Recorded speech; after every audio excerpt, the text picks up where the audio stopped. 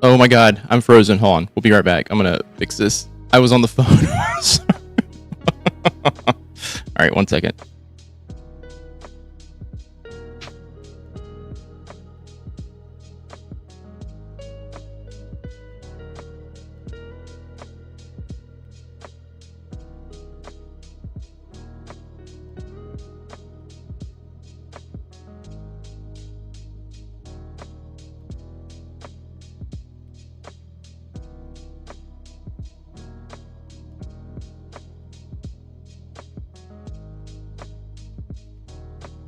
Alright.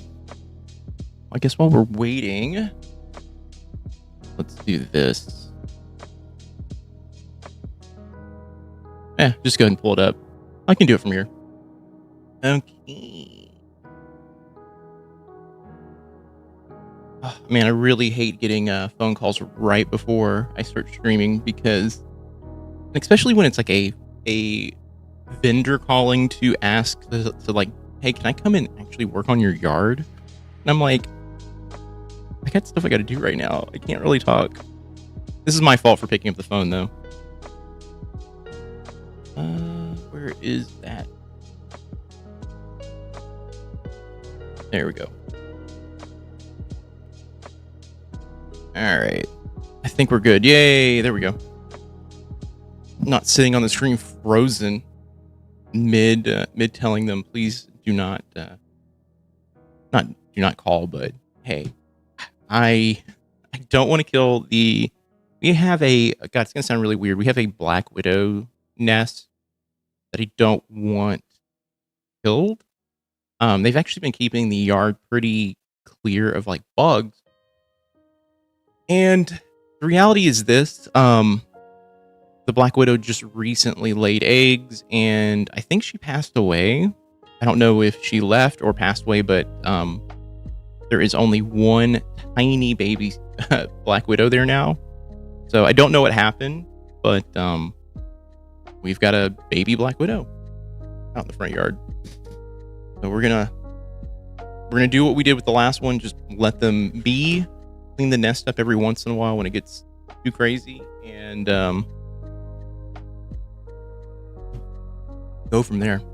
Okay, hold on. I gotta fix the. My God, I'm like running behind today.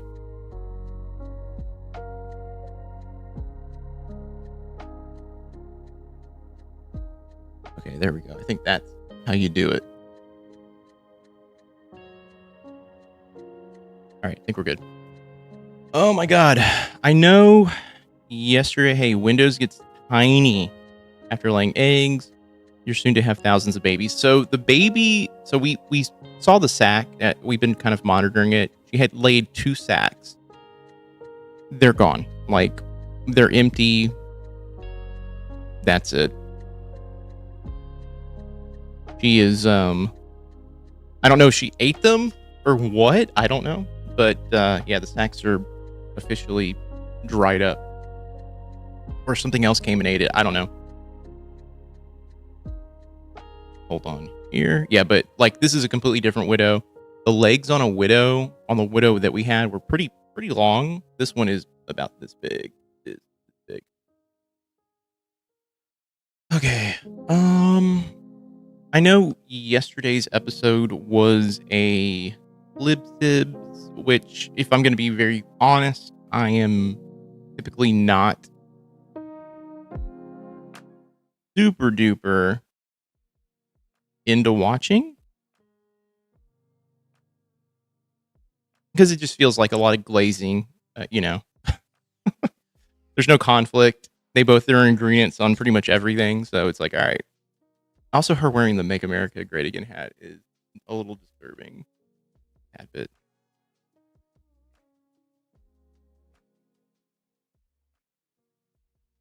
Let me bump the music down just a little bit. This episode meant nothing.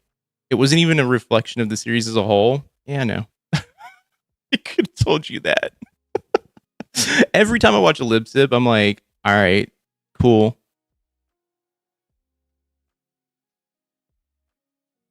It's a such a nothing burger sort of thing. I thought they were going to actually have like a legit episode with how Mary Lou has been lately. You would think, hey, um, maybe we should talk about mom, because I don't look. I know there's this like kind of like underlying thought that like she's about to transition out of MAGA as a whole. I don't think that. Here's why. There's just like this idea that if you're in a cult, you're going to transition. You're going to push harder before you transition out. Here's the thing, though. She is putting her foot one foot in MAGA and one foot out, because I think she's trying to have it both ways right now. He's opening with something I really could have lived without. Now I need to bleach my brain to get the visual out of my head. All right, well, now I need to hear it. Now I need to. You've piqued my curiosity. All right, let me just. There we go. Oh, come on. Don't do this to me. Ugh. I witnessed Dad get a giant tube jammed up his dick hole all the way through his prostate. Welcome to the Necessary Conversation, midweek edition. I'm Chad Colchin. With me is my sister. This is a Lib Sibs. You're very clearly in Oklahoma based on what you've just said and based on your apparel. Yeah. I'm here helping Mom take Dad to like some medical appointments. Okay, so she is there. Okay, hold on. I'm having issues with the browser for some reason. That was a sentence. Yeah, it's a nice starter. Yeah, great, cool, fantastic. That's the stuff too. Like when I feel like it's always cold to talk about like putting a catheter in and to just be like, yeah, I just saw him shove a tube down his dick hole into his prostate. And I'm like, man, tried to warn you. I know. I didn't think it was going to be that quick. Dad get a giant tube jammed up his dick hole all the way through his prostate. Welcome to the Necessary Conversation, midweek edition. I'm Chad Colchin. With me is my sister. This is a Lib Sibs. So weird. You're very. I don't think ML's close to leaving MAGA either. Yeah.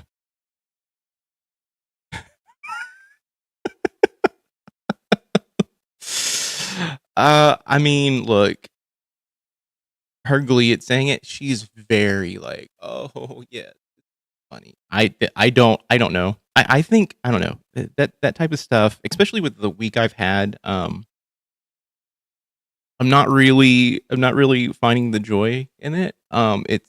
It's actually kind of morbid, but it is what it is. It is what it is. Yeah. I don't think ML is remotely in the mindset that she is like, I'm leaving the Republican Party. I'm leaving MAGA. Because the reality is this: no matter which way you cut it, if you're going to be like, I'm not MAGA, you're all for Trump, but you're MAGA. I personally think when she says stuff like that, where she's like, I'm not MAGA, it is her way of, first of all, gaslighting the two of them, and then second of all, being like, I don't want to deal with this shit. Just stop associating me with these low lives. I don't know. I always feel like she is like, always thinks she's above everything. She's one of those people who are like, I'm not in the in crowd. I am the in crowd type of shit. She'll never leave or admit she doesn't support Trump. She's turned a blind eye to everything, including kid diddling. Yeah, there's no bottom. That's the shit that always, like, no, even if you're not paying attention to like left leaning media or even just like middle of the road moderate media, you can still find people like Tucker Carlson being like, hey, look, there's something fucking wrong here. You find a lot of people being like, hey,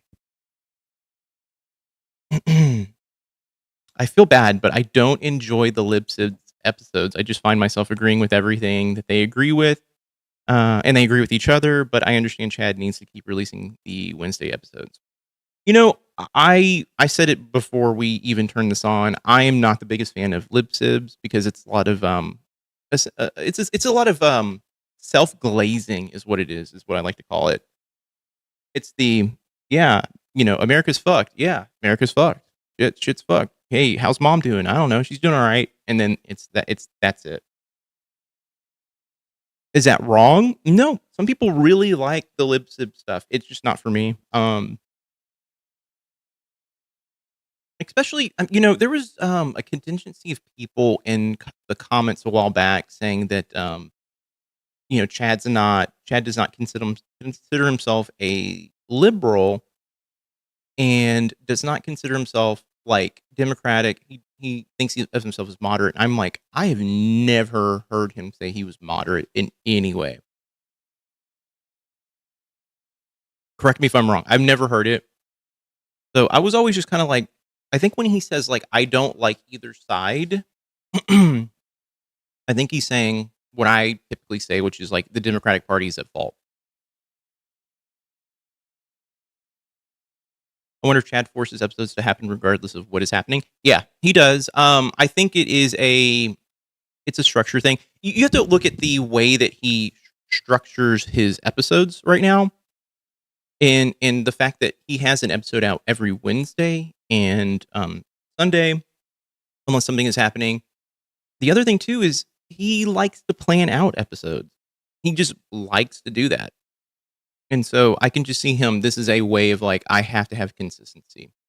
Like this is his like thing.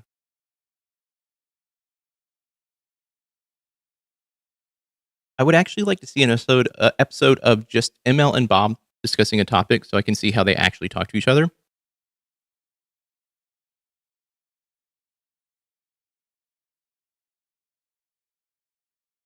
I feel like that would be absolutely. I don't know if that would be watchable. I just don't know. It'd be Bob telling her what to think. I don't even think that. You go back and watch some of the earlier episodes. She is gleefully agreeing with him. They both were fucking just bouncing off each other. I can't wait for TNC to be being used by candidates for promotion. It's already kind of happening.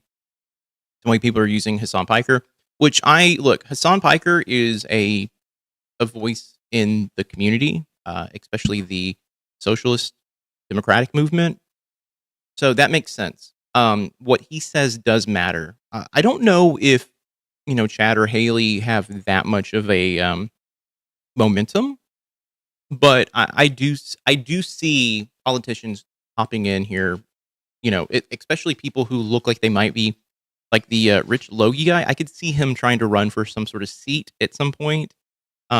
Basically being the quote unquote bridge between MAGA and Democrat.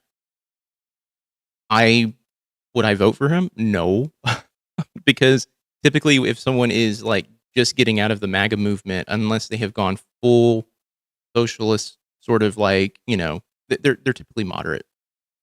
Probably a matter of time until TNC is on Fox News or something like that. I'm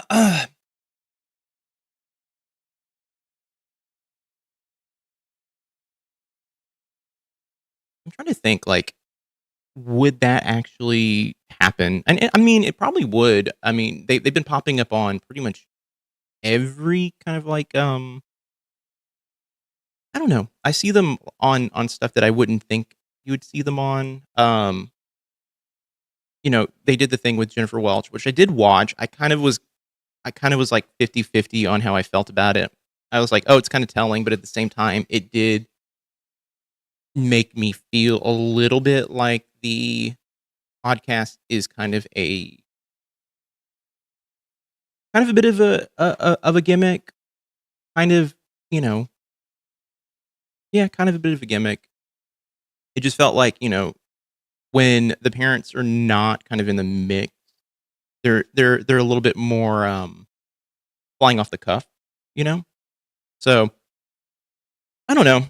I just I think when it's just them and there's not conflict, it can be kind of a little bit like, all right. I'm kind of like, kind of bored. In as much as I like is it iHip, right? I do find they kind of lean into the far left talking points. That not far left. I'm sorry. The left leaning talking head points of like, did you see Taco Tits? He's dying again. It's like, all right. I found them because Adam Mockler showed them. That was a while back. Yeah, everyone knows my piece on um everyone knows my piece on Adam Mockler. Interesting guy, just debate lordish, and not my cup of tea. I'm not really into the sensationalist sort of like take on like reporting MAGA news, especially from the left. Their dynamic on this episode was different. Chad was pushing back on everything she said, just like she does with. Oh, okay, we're gonna watch it. So, um, yeah, we'll watch it. We'll see what's going on here. I didn't watch. Yeah, I assumed it was like the others too, but if there's pushback, we'll see. I always feel like these episodes are just sort of like I said, a little bit of self glazing. I did start the episode, so we'll start over because everyone needs to hear, especially if you just hopped in, what I heard. So I witnessed Dad get a giant tube jammed up his dick hole all the way through his prostate. That is the opening of the episode. Welcome to the Necessary Conversation, midweek edition. I'm Chad Colchin. With me is my sister. This is a Lib Sibs. You're very clearly in Oklahoma based on what you've just said and based on your apparel. Yeah. I'm here helping Mom take Dad to like some medical appointment. I'm eating, I know. I'm sorry.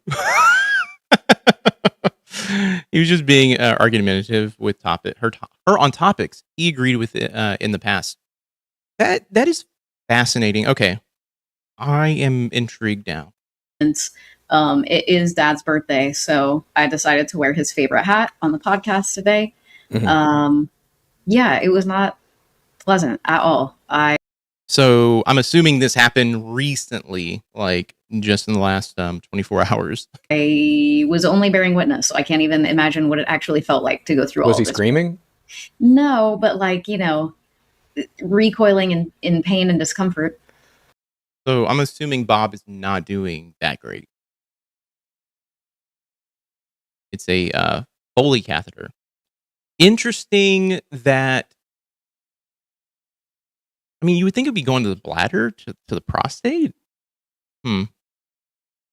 Yesterday morning, yeah. Oh my God, I don't want to get old, and yet I am. And the urologist said that all men's prostates swell as they get older, so. Made it. Hey, welcome in, Holiday. Okay, our mom is not here. She has had an anxiety-filled day with all these doctor's appointments and stuff for our dad, so it's just me and you. Six bet Bob. Hope he gets better soon. I do too. I think I've been the person who's been saying like the show's kind of suffered a little bit with Bob not being on the show. Mary Lou by herself is I think a once a week thing. I don't think you can do 2 episodes a week with her. He had a UTI. Weird thing to laugh at. I wouldn't be laughing at it. Honestly, like I said, the week I've had, I've had to think about death a little bit more than I would normally want to. And, old age and shit like that. It's been a weird week. My Tuesday was full, but we'll kind of, we can discuss that a little bit later. Haley being in Oklahoma is a little concerning. I mean, I don't know. I think, I don't know. I'm of the opinion that if Bob is that bad off, like there's something happening. Yeah, but they seem to both be kind of in decent spirits. So. You, Haley, the Lib Sibs, holding it down, talking about some things that have happened potentially this week. What are your feelings on this reflecting pool and how he's now arresting people who are just taking pictures of it? It goes into the bladder. What is going on with Bob? He has an enlarged prostate. Which then puts pressure on the urethra, so he couldn't pee. Oh, that is.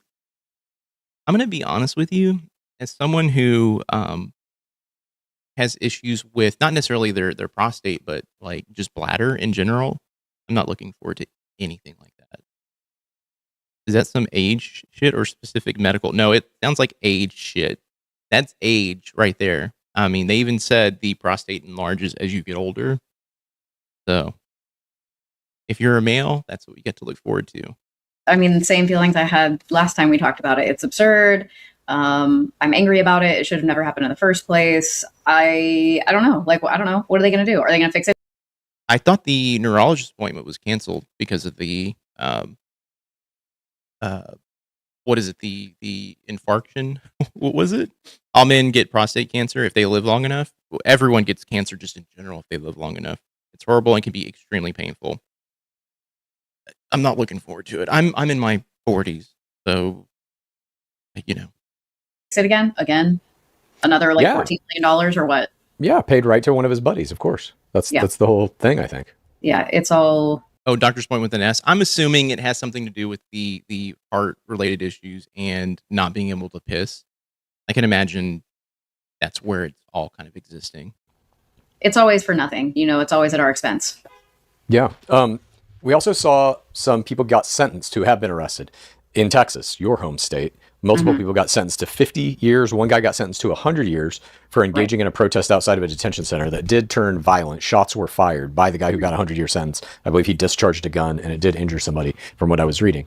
But the judge in this case is openly stating, like, we need to send a clear message. This is anti-democracy, terrorism, and blah, blah, blah. And so they're really trying to... Okay. Look, I don't agree with firearms just going off during a protest. But I'm also someone who is, I believe if we have a, like an amendment, and you have a open carry license, that is fine. Now, do I think this guy should have gotten jail time? Yes. He injured someone. Should he be in prison for 100 years? No. I think that is the issue that I have with the current prison system is that we use it as a stick and not as a way of, hey, let's rehabilitate people and fix the issue. Instead, we use it as punishment, and I agree with things like death row, stuff like that. I'm against the death penalty because the reality is this. I would rather someone live with the consequences of what they've done rather than getting out of it, essentially through, lethal injection or shootings now, like firing ranges. Yeah. But at the same time, I also just feel like, we also are people who make mistakes and, maybe people can learn from these mistakes. But yeah.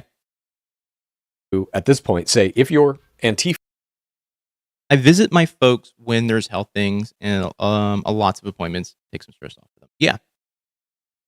Yeah, I, once my parents start kind of going down that rabbit hole, they're both just now in their 60s, or about to hit their 60s. I'm assuming it's going to happen soonish. Yeah.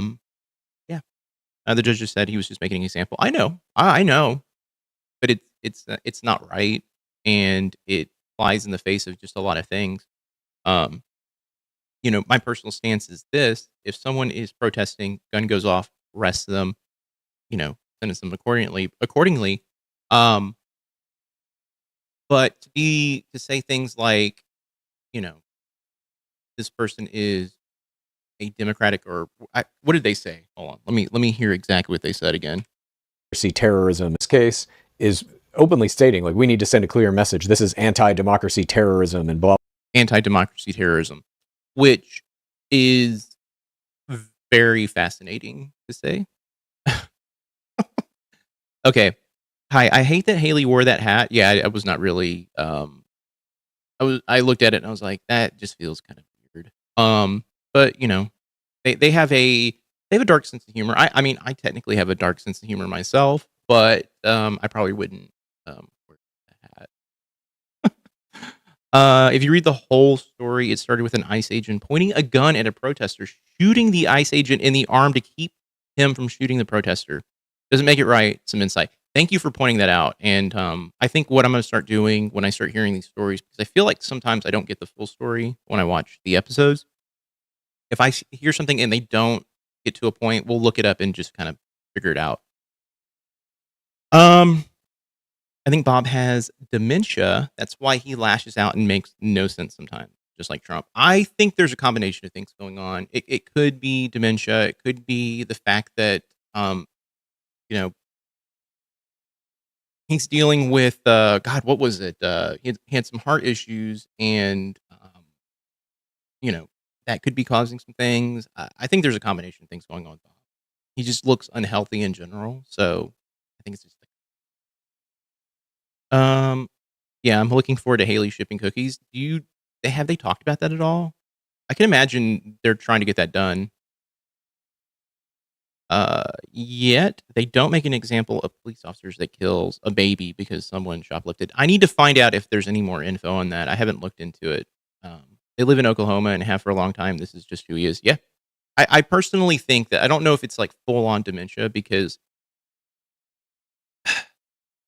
I think there's something that happens. You get to a certain point in your life where your body starts to deteriorate. Yeah, it doesn't happen to everyone. Like there's some people whose minds are still sharp until the day they die.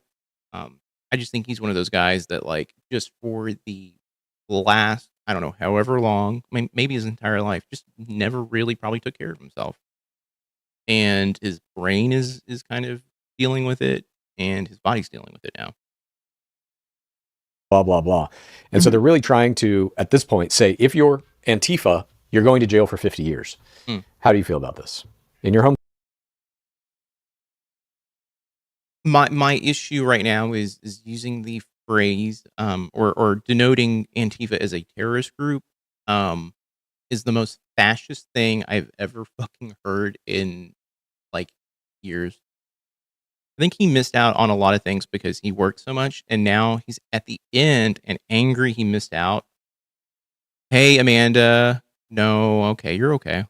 Go work. I'll be here. I'll be here for a little bit. He's angry he missed out, and he takes it out on those around him.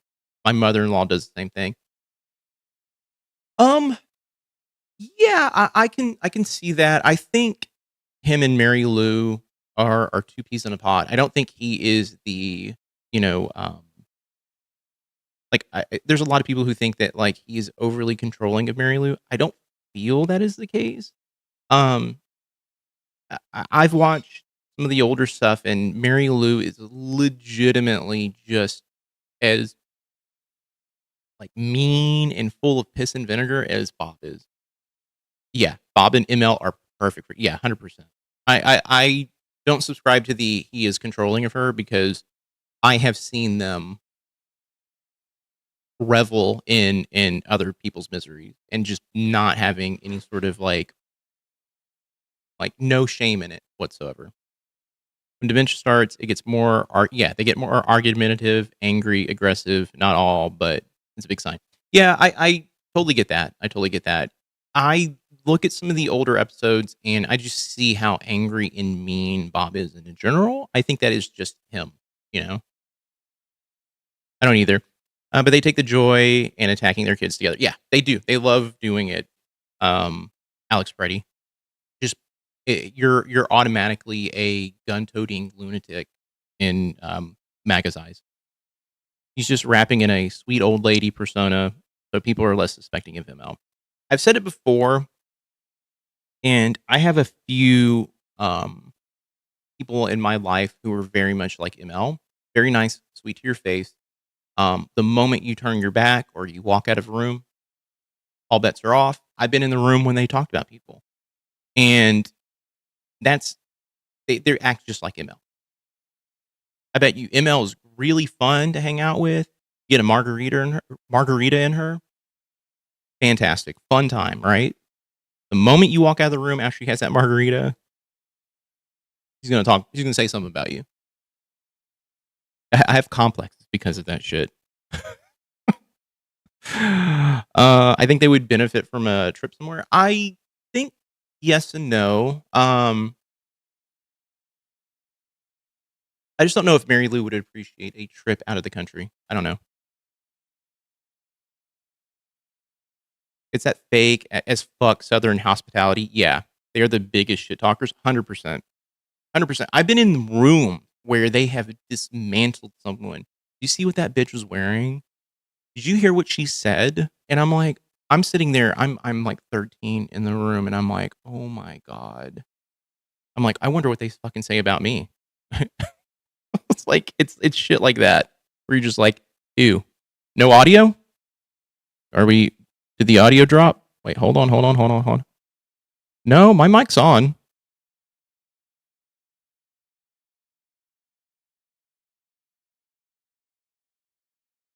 It's fine? You're okay? Okay. Yeah. Yeah, I'm looking at my levels right now. He's trolling you? Okay.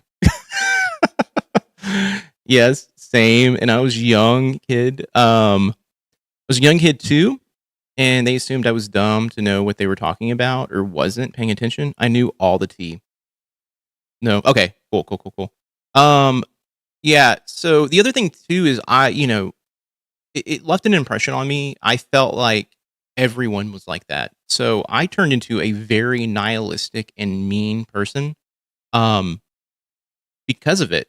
And this is the stuff that like parents and just people and families don't fucking know. Is that type of behavior, that cynicism towards other people, especially teaching children that kind of thought process.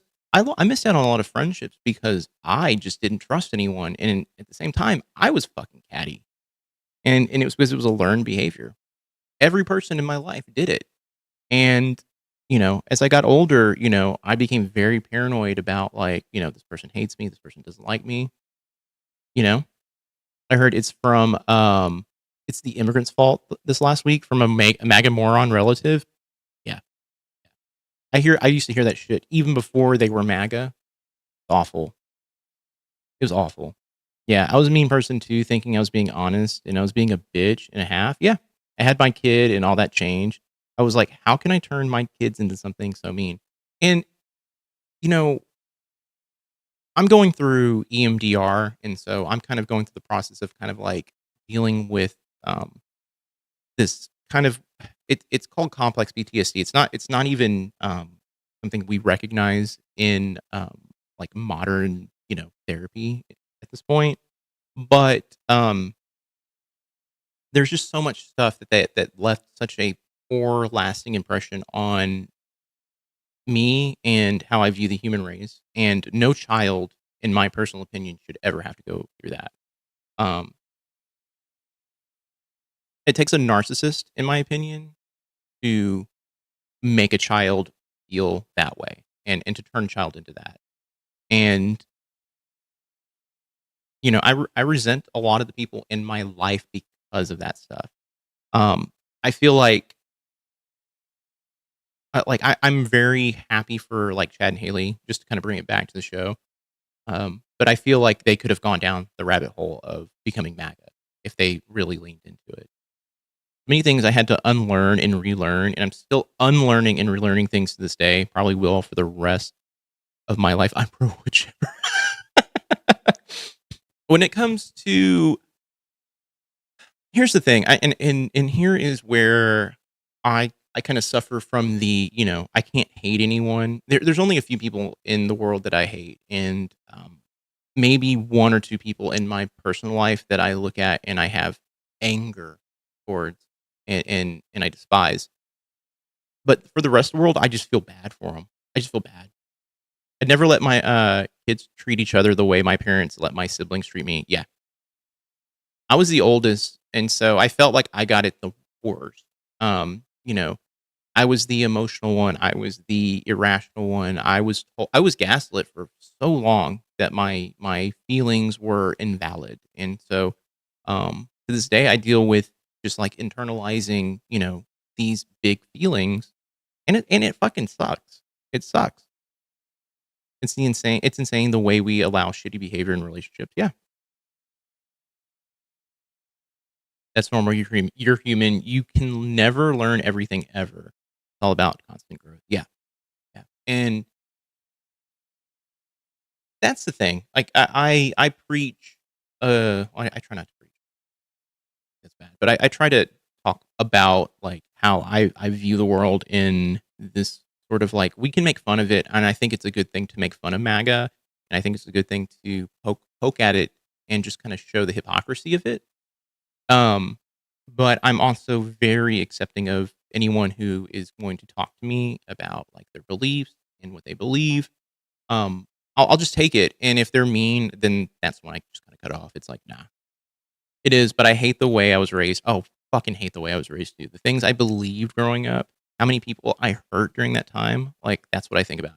That's the stuff that I think about pretty frequently. I had a moment on Tuesday where I was going through. I do EMDR, and essentially, I kind of came to the conclusion that all the stuff that I've been blaming myself for is really not my fault. It's really a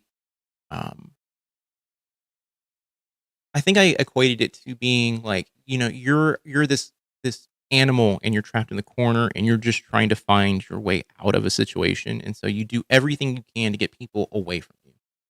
And you think, my first memory is a parent telling me, and it's like literally the very first memory I remember. I was saying something along the lines of, "Nobody loves me," and this is a 5-year-old, right? And they came into the room and they said, "If I didn't love you, I wouldn't feed you." And then I started going down the rabbit hole of thinking about it, and I was like, "But they didn't feed me. They didn't do these things." I didn't know what the concept of breakfast really was until I was in my like mid-20s. Well, if you know, you're fine. No, it's one of those things where I don't. I think about that and I go, I never would want like my niece to ever grow up ever in that situation. Hey, Phantom, welcome in. Welcome in. For having 9 siblings, I have 5, or no, sorry, I have 6 because I have 2 step siblings. Um, so that's 7 of us. Yeah, I'm third out of 6. I couldn't imagine another 3. Yeah, another 3 would just be awful. I did grow up around my cousins, which I had can't even count. Um, my uncles and my dad and them. They, too many kids. Too many kids. It was like 16 amongst the 4 of them. It was way too many. Ugh. All right. But I have certainly been to protests as an. Okay, hold on. I'm gonna bump the speed up on this one. I couldn't imagine with even one more. Yeah. I have a lot of half siblings. I technically 2 of my half siblings were kind of raised as like my siblings. We really didn't think of it. You know, I didn't think of them as like not, like my brother or sister. But yeah, I'm the firstborn too, Phantom. I'm the firstborn of all of them. I'm fine with 0. I ended up with 3. I had, yeah. Yeah. I feel like I was kind of like the trailblazer of like the things you don't do with a kid for both parents. I think that was what my lot in life was. South Dakota, East River has apostolics. Okay, they have 12 kids minimum to get into heaven. They start in high school. Fuck that shit. Fuck that. That's awful. Firstborn with 1 sister. One and done for me. They graduated high school too. Hell yeah. My sister had my niece, I think when she was like 35. And she's kind of was like a miracle baby at this point. And she's the most spoiled kid I think I've ever seen. Outside of Richie Rich at this point. I always wanted to be an only child, so I gave it to mine.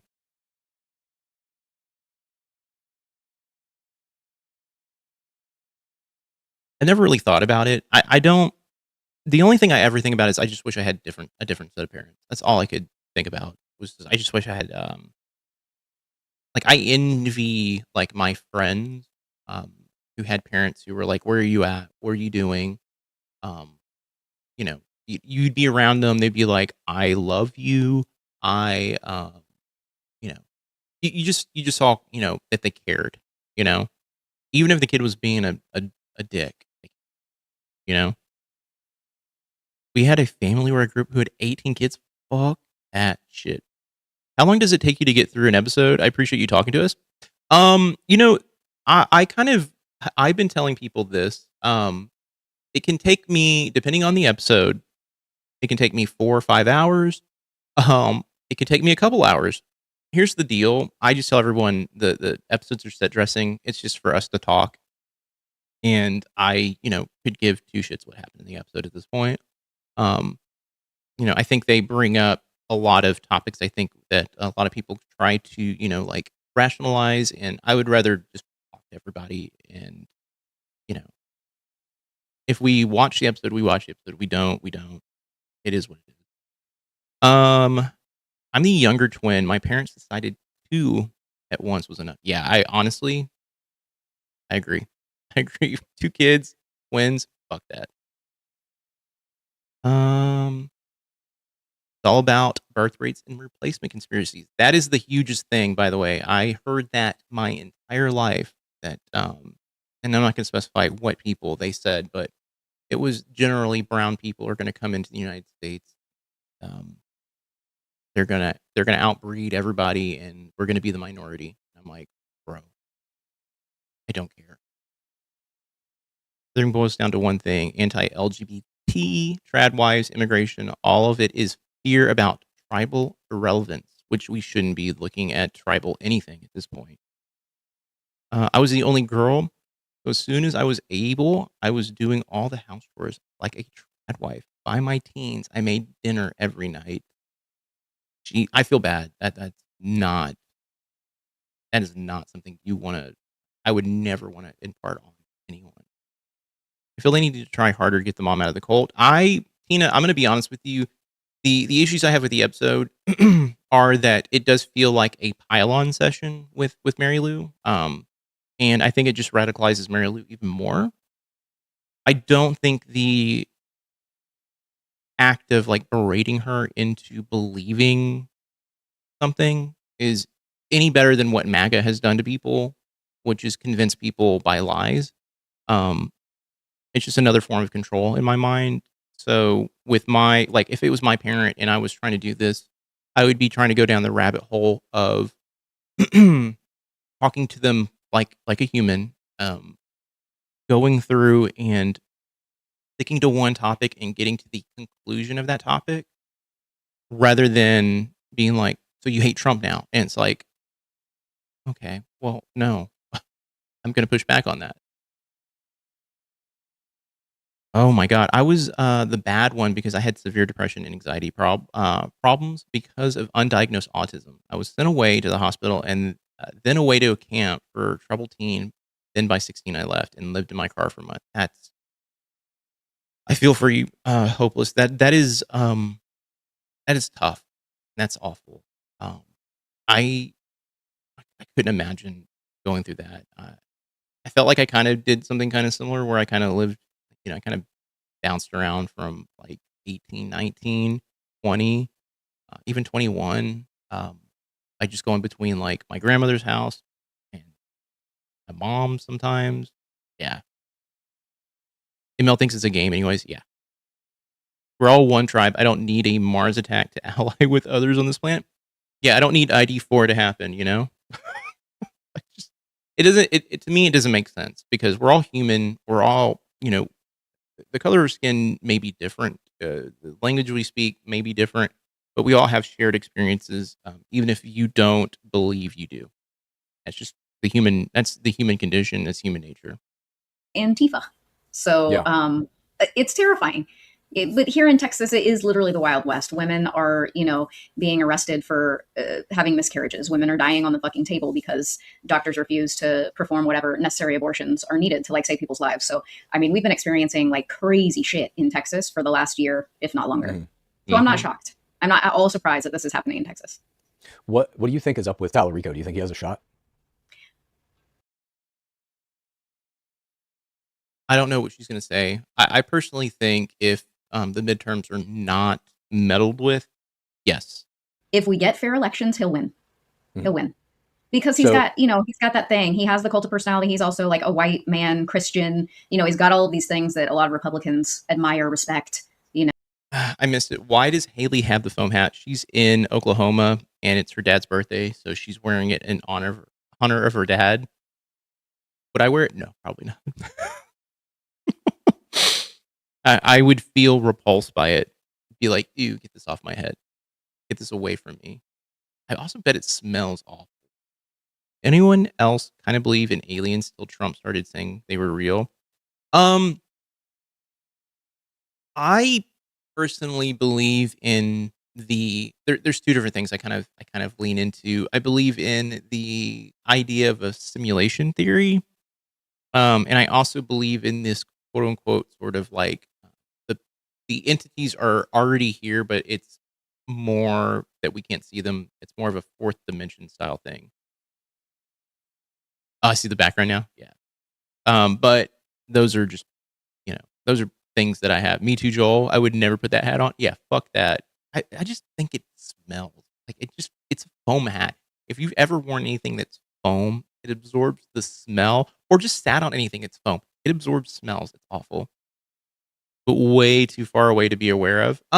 Yeah, I mean, I can see that too. With the way the universe is kind of like set up, and the fact that they talk about like, it does feel like there is this point where expansion kind of stops. It feels weird. Something just feels off to me. I would have burned it, but also I won't do what they do. I tried. Not in the way they do. I actually tried. Oh God. It's definitely ignorant to think we're alone in the ever-changing and vast universe. Yeah. I mean, I personally believe that like I have a hard time believing in the concept of a God. But I do think there's a lot of unanswered questions on like why we're here. The reality of it for me, like I don't know. So I can't actually say no to things, but I don't believe in the quote unquote Christian God at all. He's way too, personally, like depending on what book I guess you're reading, seems pretty fucking mean and evil. So I think that he actually has a shot. I think he'll win if we get fair elections. So are you basically saying that if he doesn't win, you don't think the election results are valid? Yes. Yeah, I am saying you're reverse trumping. I am reverse trumping. Yeah. I used to never be this way, but now I'm like, yeah. There's just way too much shit here. Like even, on like a local election level, the town that I live in is like notoriously red, but we've been electing officials that are liberal. So here's the deal. Democratic Socialists are winning because they are speaking towards this kind of populist mindset. A lot of people are upset with what Trump is doing. Talarico kind of speaks to that too, so that's why I think he would win. Also, if you know anything about Ken Paxton, he's just a fucking scumlord, and we don't need more of that shit. I also think that people probably feel like, especially with the last, I would say, like 4 years, Texas has become extraordinarily draconian and more business, like overly business friendly. They were very business friendly, like 15 years ago. But it does feel like they're trying to push people out and trying to keep all the rich living in all of the nice areas of Texas. They believed in elections being rigged until, now. How can we trust them when this administration is doing everything they can to prove the Dems couldn't win without the legal votes? I think the damning thing is this: they're setting up a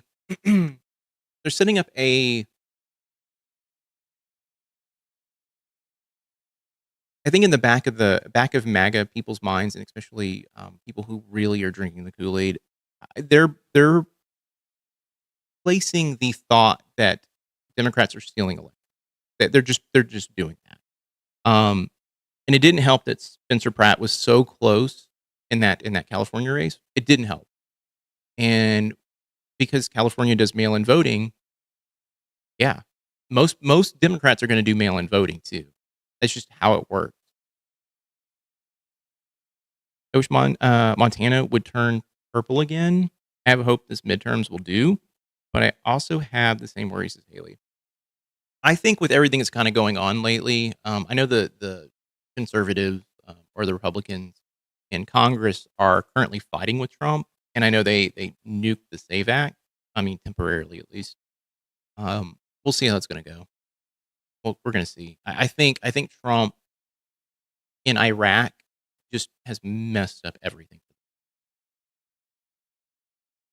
I saw this after Bush. Me too. It's even worse now. The Dems have to deal with a more complex disinformation opposition research campaign.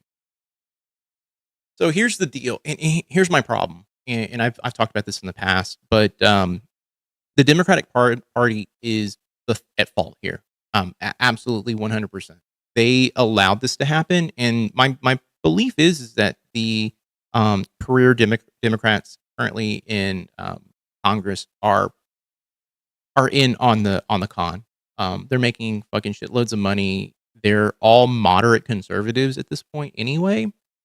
And I'm so happy socialist Democrats are winning because it's scaring the shit out of them. As it should. As it should.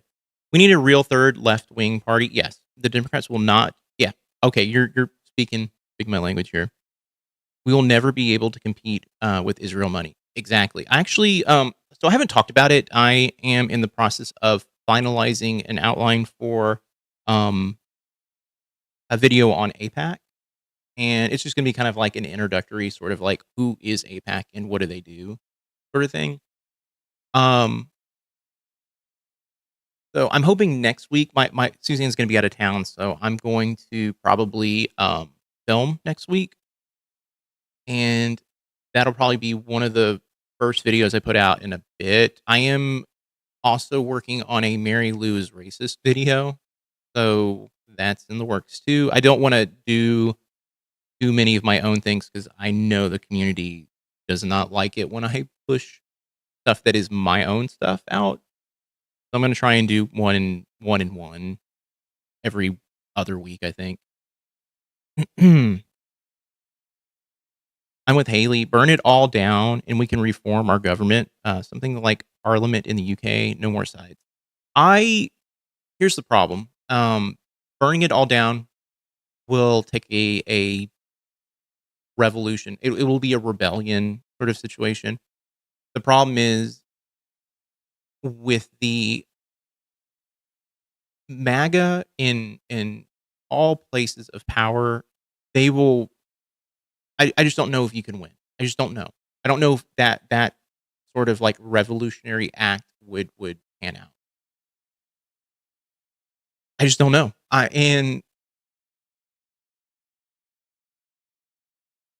when you think it's like 40% of the United States, maybe even a little less, is MAGA. It's really hard. Really hard. Hello, Mister. Hey, what's up, Hollow? As a woman, I feel that nothing less than revolution. Yeah, revolution will change things. To be honest, I agree. I'm kind of in that mindset too. My thought process is that it's going to take a couple of things for this even to be a thought in anyone's mind. It's going to take the economy crashing, people being unable to eat, and then 3, such wealth inequality that it is hard not to notice. That's the 3 things. If you make a third party, it will just split the vote between the left side. Yes and no. I think what the Democratic Socialist has kind of told us, and that is this. It is essentially, if you run on populist sort of ideals, kind of like the Bernie Sanders approach, and you get enough movement behind you, you can do anything. You can do anything. What if there were no parties? I agree with that too. Okay. Yes, so much changing, so many people losing, so much more. Yeah, much more. And that's the thing. And we saw it a couple days ago. And here's the wild shit, right? The economy, the quote unquote AI bubble, SpaceX shit looked like it was about to fucking crash. And The next day, it was up all of a sudden. Like literally, people were pulling money out. There was like I think billions of dollars being moved around. And then the next day it was up. And that to me literally screams like, what the fuck is happening? Like someone is manipulating this all just so it does not look like the economy is failing.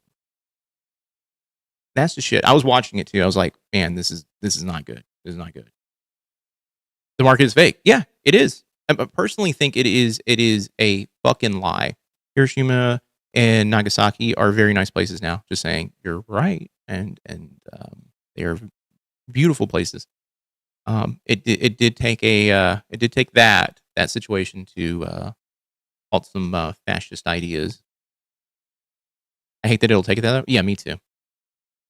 Yeah, then split the vote, keep splitting it. Tell the DNC we will not bend to them; they will bend to us. 100%. Yeah, 100%. We need to change how we vote. The U.S. Constitution needs to be updated to take bribe money out. Crivens, I have said this before. My biggest thing is lobbyists should be eradicated. Lobbyist money should not be in politics. Anyone who makes above, I would say, $1 million a year should not be able to do any sort of funding. They should be barred from funding any sort of political anything, because typically that money is going to be used to influence how that representative is going to do anything. And I would even go, I mean, be very frank, I would go even more hardcore, but Montana plan. Yeah, thank you. I need to read through it. This week has been, I would say the last 2 weeks have been me just trying to get caught up on a lot of other shit. Hey, what's up, Spartak? How are you doing?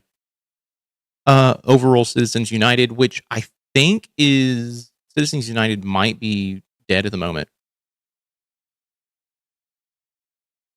Be sure not to donate to DNC. Donate directly to the candidate of your choice. If not mistaken, this is happening more this time around. Yeah, so I am the video on APAC that I'm putting together goes over how much money people, especially like figures in the DNC, are taking.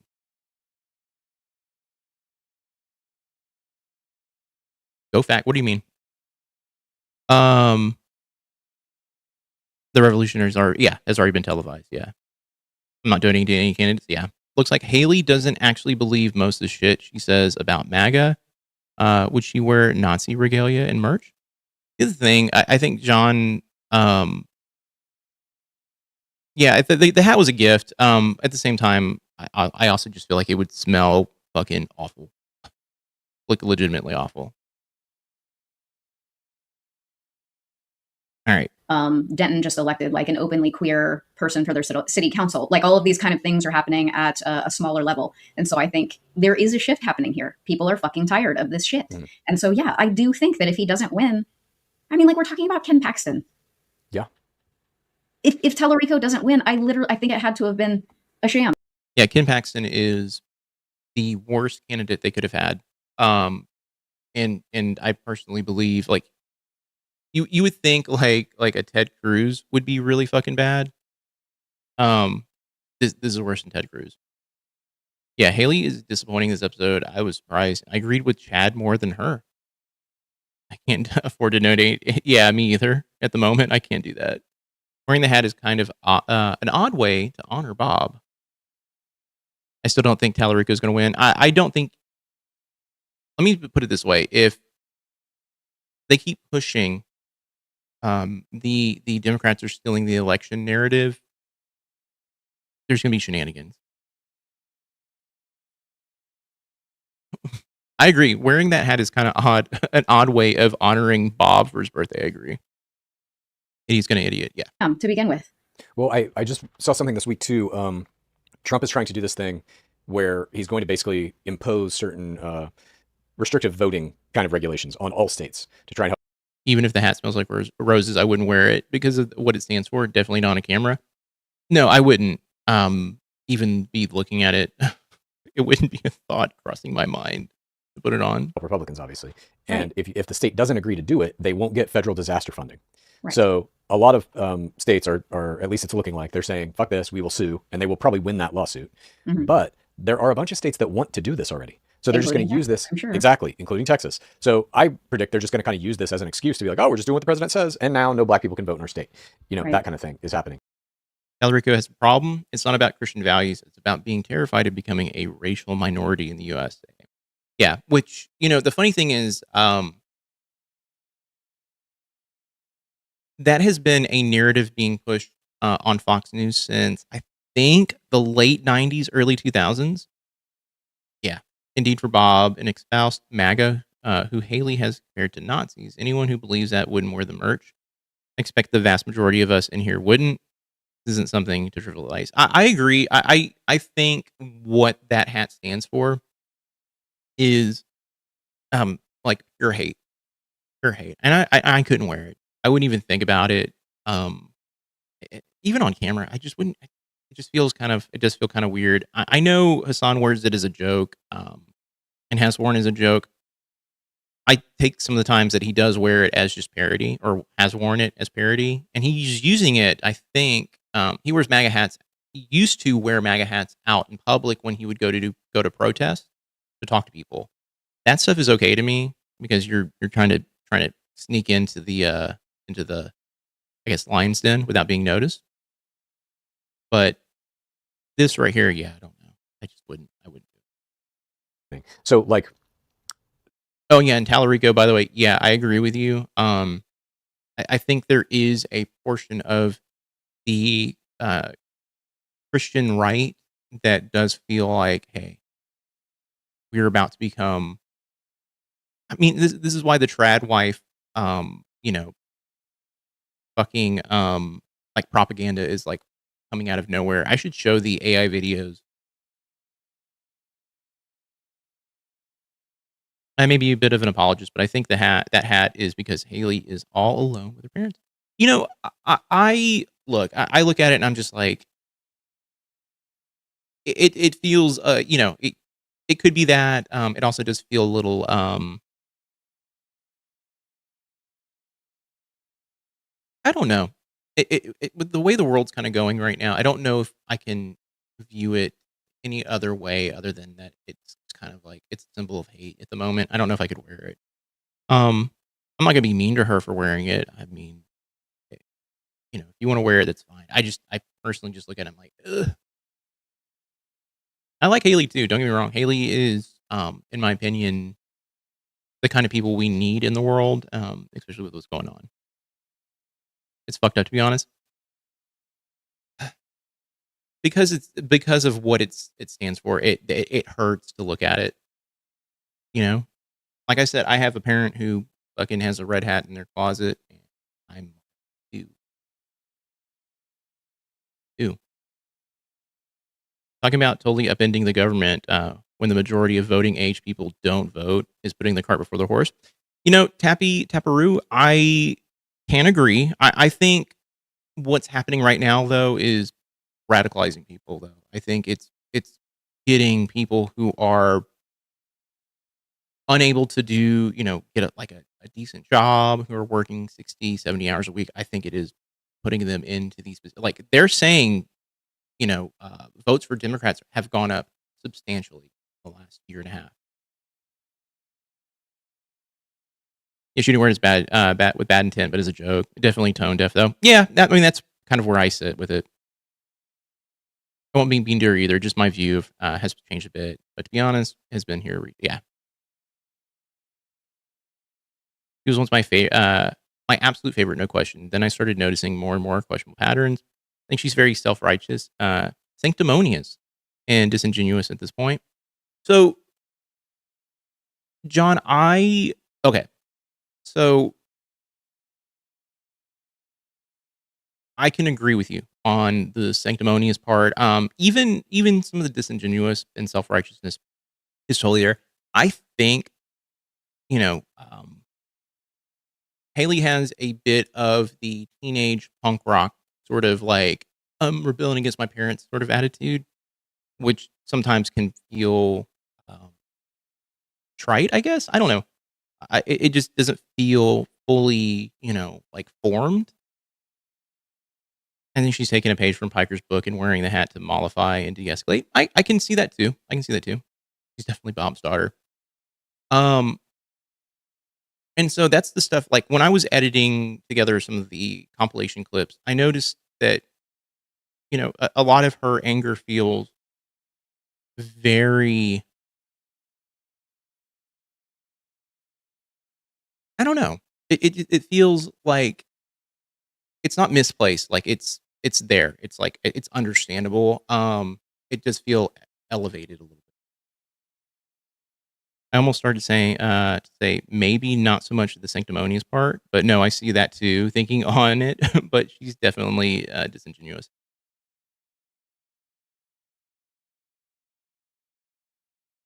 I need to watch the rest of the episode to kind of get like, because I know people are kind of referencing some stuff that was said in here. So let's keep picking it up. Let's pick it back up. There are a bunch of different levels of, in quotes, fair and free elections. There are. Yes, the GOP started doing that youth outreach with CK. Yeah.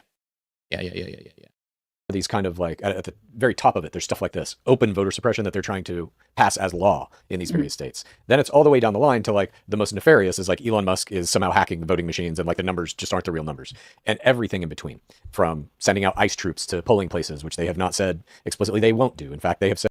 Here's something I'm going to add. If the Democratic Party was really, really, really like trying to do the right thing, they would be investigating the Elon Musk angle of possibly stealing the election. They'll call it another Russiagate, but in my opinion, there's some smoke there.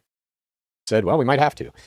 There's obviously all the propaganda campaigns and stuff like that. So, like when you say fair and free elections, what are you exactly talking about? Charlie Kirk is CK.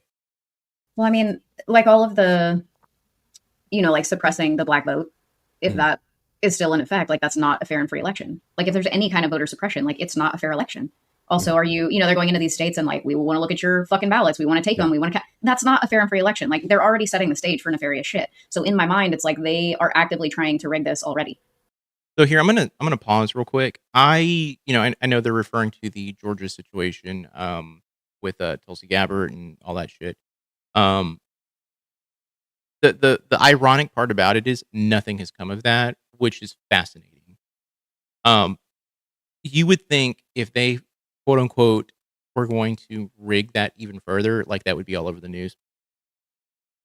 Charlie Kirk was a GOP operative, pushed conservative ideology into colleges. Yes. I do think Charlie Kirk, towards the end of his life, started to recognize, like, holy fucking shit. Like I have fucked up. And I think it was the moment, I think when he started pushing back on Israel and about Gaza, I think that's when shit went sideways for him. One thing about Haley that I'm 50-50 on is something some time ago, she brought up that she couldn't afford as a small business owner to offer health insurance to her employees. Wait, what? Okay, I didn't hear that. When was this? How long ago was this? Because I think now, like, her business is doing great. She's able to travel to fucking, what was it, Scotland? Was that right? You should go to Scotland or Ireland. I can't remember. Yeah, 100%. That's what I'm saying. I don't think we've had a fair and free election in a long time because all these other things are already in place. And it's kind of like I'm saying, like, what tier of fair and free are we talking about here? Is it 100? And yes, I know those are two different places. Understanding it's astronomical in price, but they seem to have money. Also, but do you see they have video of the vandalism at the reflection pool? It was recorded on the 19th. If you have that, I'll look for it while we listen. I didn't know they had that, though. I didn't know. 100% fair and free. I don't know that that's ever existed in the United States. But then all the way to, like, are we living in a kind of Russian government state where it's like they can just tell you, oh, Trump won every polling place by 99%. I don't think we're there yet. But I feel like that's where it's headed. And I'm scared that, come November 3rd when we all go and we vote for shit, that I really believe that Tellerico is going to win. And I really believe that if he doesn't, that it was rigged. I truly believe that. I think there's so many people here that are just sick of the shit that Greg Abbott is doing. And like if Gina Hinojosa doesn't win, like nobody wants Greg Abbott here anymore. Nobody. He's ruining the state of Texas. Nobody in what though? Like what is your sample size? Where are you getting this information from? So, I mean, obviously I get like liberal news media. And, I follow Gina Hinojosa and she posts polls and she posts numbers and figures. And based on that, it seems like nobody wants Greg Abbott in office. Okay. Also, okay, this is where I agree with Chad. We never had free and fair elections. We never have. Yeah, I agree. The Electoral College has been my sticking point on that piece. And the fact that they do uh, the redistricting the way that they do, it's bad. Is Trump driving over it? Nothing. It's a nothing burger. That's the funny part is like I heard that he drove his fucking like armored vehicles, which weigh twice as much as normal vehicles, onto the fucking grass. It's bad. It was last year sometime. She said that she thought she would offer it in the beginning, but it's too expensive. George Carlin explaining voting is exactly why I don't vote. I vote. I used to not believe in the idea of voting, but I always voted in the big elections. Now I think on a local level, it's very, very important to vote. Absolutely 100% important. If they, I'm still going to vote. I'm still going to vote for, president and all that jazz. But if they did away with the Electoral College and the gerrymandering, AI has made it so that we can't say picks or it didn't happen. See, Crivens, I agree with you. We're getting to that point where AI is convincing, and I'm not there yet with it, but it's getting better. Sora did a number on that. They really that.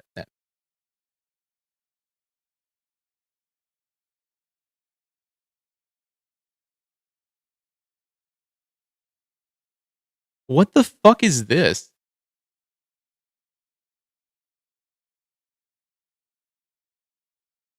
So just reaching their hand into the pool? Is this what they're fucking... Oh, footage of suspect seen dipping hand into water. This is fucking nonsense. These fucking... The Conservative Party is so fucking dumb. Videos posted on the White House Facebook and is a video from Fox News. I was laughing so hard. Office. Also, I mean, like, you just read the news here in Texas. Like, he voted for, basically for privatization of schools here to get paid for by our taxpayer dollars. So that's it. Nobody fucking wants that. There's a very small percentage of the population here in Texas who send their kid to private schools. The majority of us have public schools. Did you see her run and cut 350 foot in the middle so fast you couldn't see her? This is why the Conservative Party are fucking corny. These motherfuckers are corny as shit. They are the dumbest motherfuckers I've ever seen. And I'm going to be fucking honest. This is the shit they run to try and quote unquote radicalize people. Like they're dipping their hands in the reflecting pond. I'm like, bitch, please. Hey, Phantom, have a good one, all right? Mrs. Flash. Yeah. Was the motorcade going through the pool fake or AI? Hold on, I need to find that one. I heard about that, but I was laughing because I thought it was just the grass. But if it's through the pool, I'm gonna find it. What? Is this like the voucher stuff you're talking about? Yes, yeah. Okay. That was a huge fucking deal breaker for a lot of people here. Also, all the gun violence that happens in Texas. Uvalde was like a tipping point where you just saw all over the news. Parents were fucking pissed. And so you've got these huge demographics of women who are dying because they can't get abortions, people of color who are having their voting suppressed. You've got immigrants coming into the country and being... Okay. I hate to say it. This isn't a road. Oh, Phantasmin. But thanks. No, okay, I'm sorry. I'll remember that next time. Phantasmin. Appreciate that. Let's take a look. The Lincoln Memorial Reflecting Pool. And yes, that's President Donald Trump's motorcade driving through it. He was there to tour the site and see the new color. Pick the color was called... What the fuck is this? Art...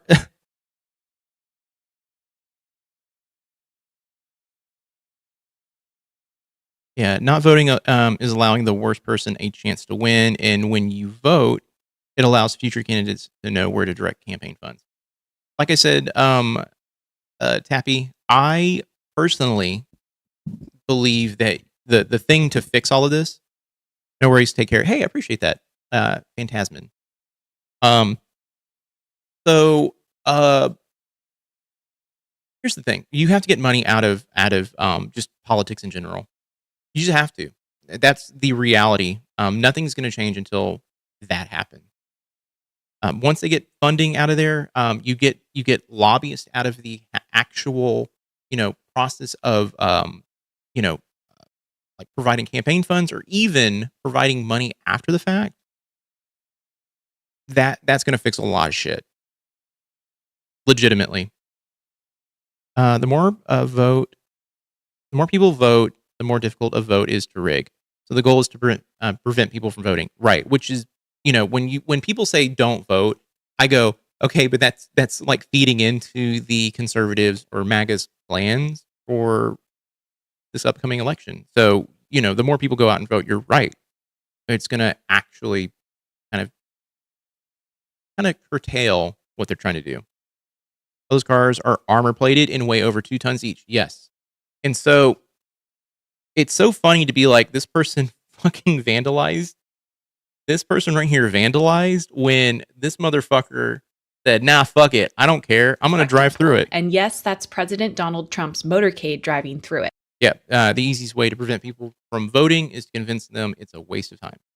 100%. He was there to tour the site and see the new color. Pick the color. It was called American Flag Blue. Oh yeah, and I'll add, like I said, I think local elections are the most important thing, with presidential elections being the second half. Like I said, I think the Electoral College just needs to be abolished. It is the worst thing to happen to this country. And so you can't do better than that. The Reflecting Pool project includes a new industrial coating and renovation of the century-old landmark. It's much more beautiful than it was new. He loves saying that color name so much. He does, because he's such a corny bitch. It never had the color people wanted, but now it's going to have the great color. So it's going to be good. Green. Got it. Thanks, man. It's green now. It's green and it's peeling up. Being like fucking arrested. I mean, like, there's so many demographics here that are just actively being fucking persecuted and fought against in the state of Texas. So in my mind, it is not logical that he gets elected again. Of course, but you're looking at, like, Texas, from my understanding, Austin is really the only blue city, right? I mean, I don't think so. I mean, I think I would have to look. This is just me, like, talking. Let me go. And maybe it's out my ass, but I feel like Dallas is quite blue. There are several counties here that are green. Massively Nature's blue. Fighting back, 100%. Houston, I don't know. I don't know jack shit about Houston. Austin is very blue. Dallas, One last thing for those who see my previous replies. I'm on the edge of my seat. I prefer green. Let the algae live. Me too. Unless, I mean, they need to have biologists out there, but unless, like, not the good kind of algae. But I don't think that's the case. I think someone said what kind of algae it was. Can't remember what it is, but I don't think it was bad. I think it's turning quite blue. I mean, we almost elected Beto. It was very close. 2020. The Beto one was not that close. I mean, it was closer than we all thought it was going to be, but I don't think it was that close.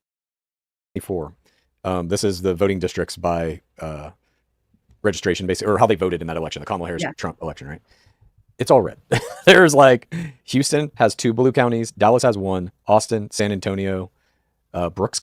So here's what I think Chad's missing about Texas is that you can look at the entirety of Texas and go, hey, it's mostly red.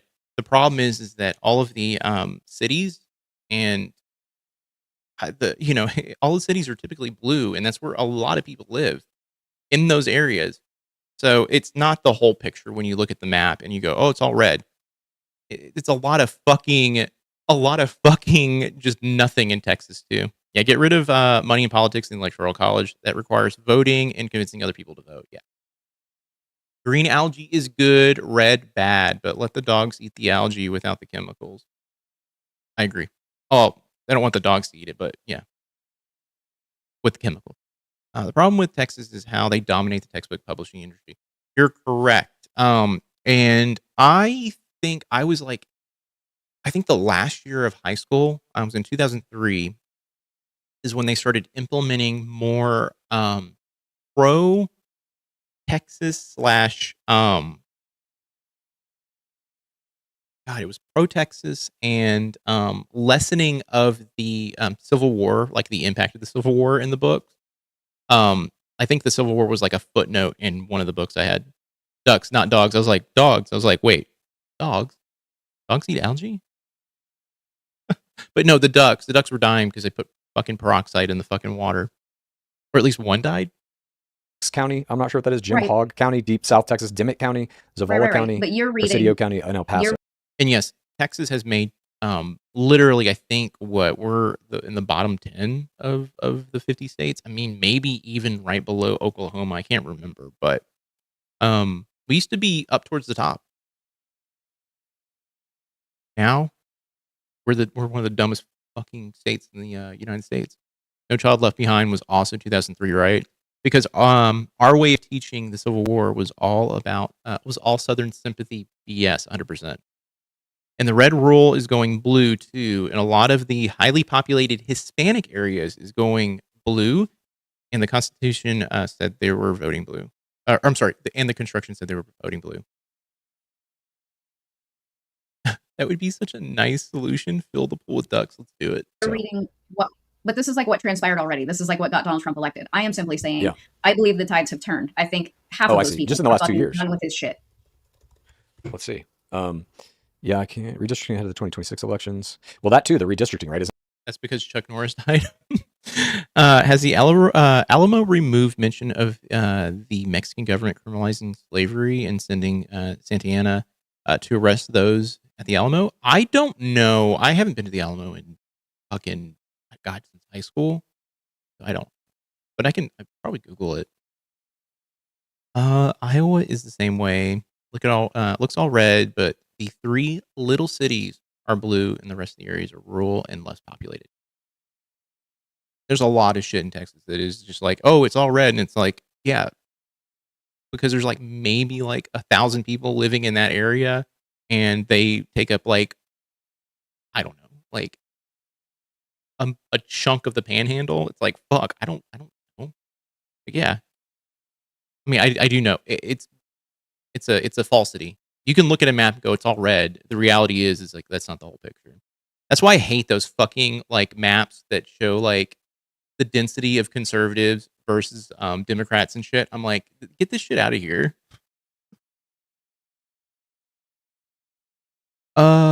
Let's see. I hate that he checks her like this, but not his mom. Like he does check her, but not as quickly as he does Haley. And like Haley also got on my nerves, but noticing that this time around, yeah, I was not prepared for this libsibs to be as like fact checky. I don't know. I wish they would take a different approach with Mary Lou though. I don't think the hammering her and trying to convince her that she hates Trump is the way to go. For those who read my other replies, I'm no Haley hater. My honest hope is that my initial impression of her, and I'm entirely wrong in my current doubts. John, I don't think anyone. I didn't think you were being a hater. I think there is. I think especially when you're on video as much as they are, you're gonna get caught in these kind of like contradictions. Like, I mean, we're all walking contradictions. There's very few people who are like absolutely 100% on top of everything they've said. I think we are also very well acquainted with who they are, and it's really easy to be critical of them. Which is fine. Like we can be critical. I personally feel like, my personal takes on Haley and even Chad is that I think they've gotten kind of comfortable with the show, and they don't, I don't think they read comments or what people think.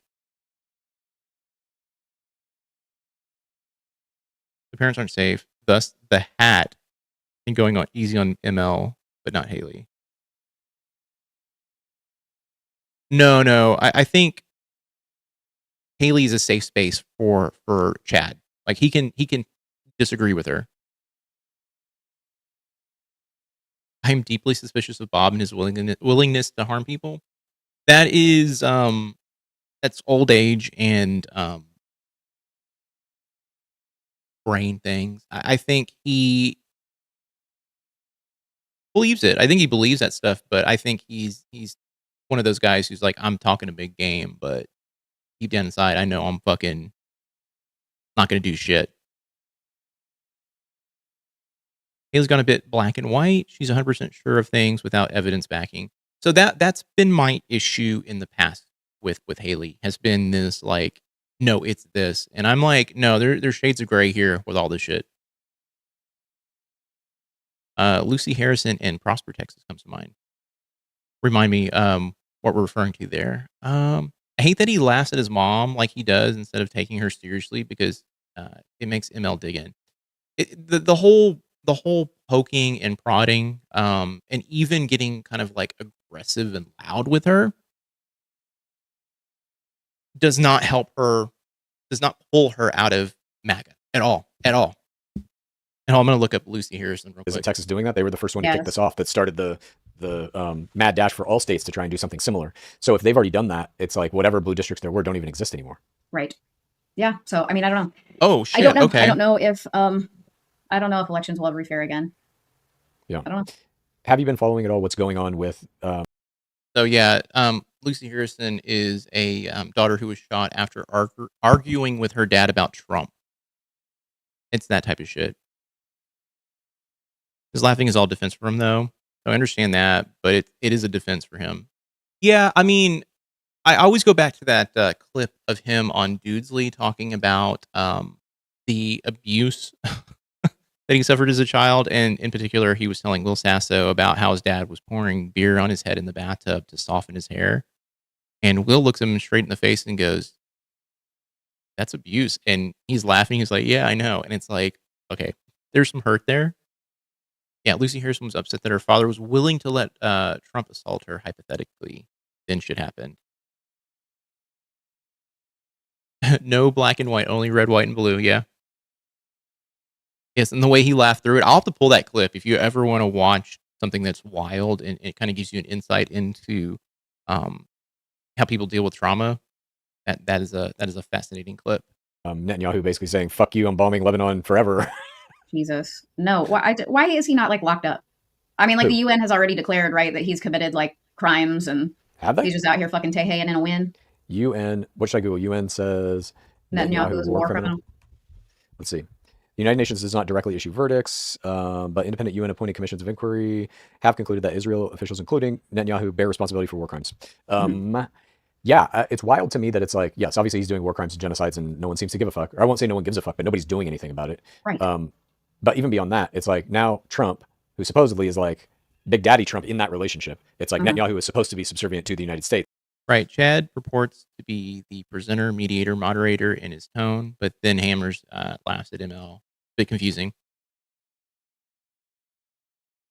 In your time watching these videos, what was the most sick or funny thing Bob has said and done? It is a... Okay, so there's a video that I was going to do that was called Race Wars. And the stuff that Bob says about, I would say, African-American people and the fact that, like, we're going to be in a race war is the sickest shit that I've ever heard. The insistence that we're going to have a race war if Kamala Harris is voted in. Or even, I actually think he's even said, like, even if not, there is going to be a war. And he kept saying, which side are you going to be on? That's the stuff. The early ones where they say the N-word so much and laugh about it. Oh my God, those are the worst ones for me. Okay. Ginger, are those on video? Because I have not heard that. But if they're on video, I need that because I'm working on a video that is involving ML and racism. Not harassing children. No, the harassing children stuff is bad. The that's bad. But talking about how, like,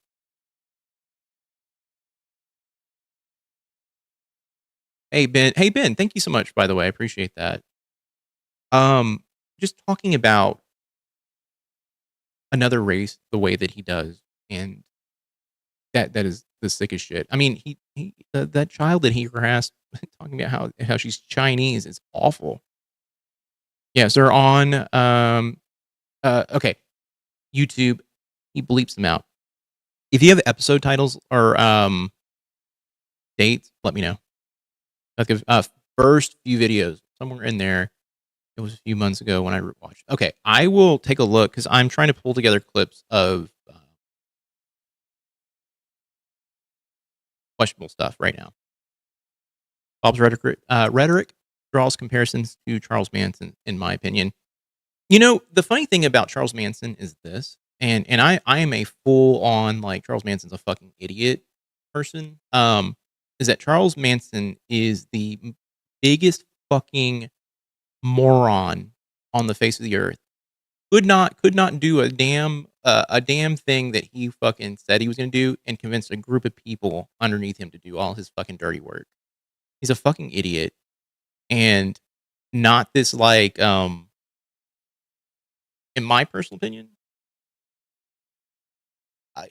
just not this figure that people make him out to be. They're like influencers in today's day and age. Like they're just all fucking talk and they're all fucking idiots. I remember the era when Bob would just spout out Comrade Kamala lies. That shit is so silly. The stuff they said about Kamala is I almost want to pronounce it like they do, purely because like it's just a tick in my brain. The way they pronounce it is so wrong. But I'm not going to go down the rabbit hole. Fair enough assessment. Yeah, Charles Manson though. But no, you're right. Fucking Charles Manson is like Bob. Bob would never do a goddamn thing, but he would push someone else to do it. I am Chad's age. That's kind of how we dealt with things. Just laugh at the abuse we took as kids. Even though I go to therapy and have worked through so much already, I still laugh at it. I mean, I used to do it too. Just recently though, I found the like actual sadness behind it. Koala, yeah. Well, Kamala was one. Koala was another. But Kamala is literally what pops in my head every fucking time. I'm like, why are they saying it this way? Yeah, no, the therapy stuff though, like I just recently have noticed like, okay, yeah, there's an intense amount of pain and suppression of my own personal feelings. So yeah, communist. It's in the grand scheme of things, right? But Trump is trying to put this deal together to end the war. I made a in video Iran. where he just said communist over and over is again. That Iran is like, you have to get Netanyahu to stop bombing Lebanon. Yeah. Netanyahu has come out and said, no, we're bombing forever. Right. They walk so all Trump over has no control over him. Yeah. Yeah, I know. They all fucking belong in prison. Netanyahu belongs in fucking jail. It's exhausting. Every day is. I'd go even further. He needs to be banished. Like they need to do Superman 2 style, like banishing to the fucking, what is it called? I can't remember, but to the fucking purgatory at this point. I'm just Netanyahu and this Israeli government are some of the most evil fucking people I've ever seen. This is coming from a Jewish person. All right. This is literally coming from a Jewish person.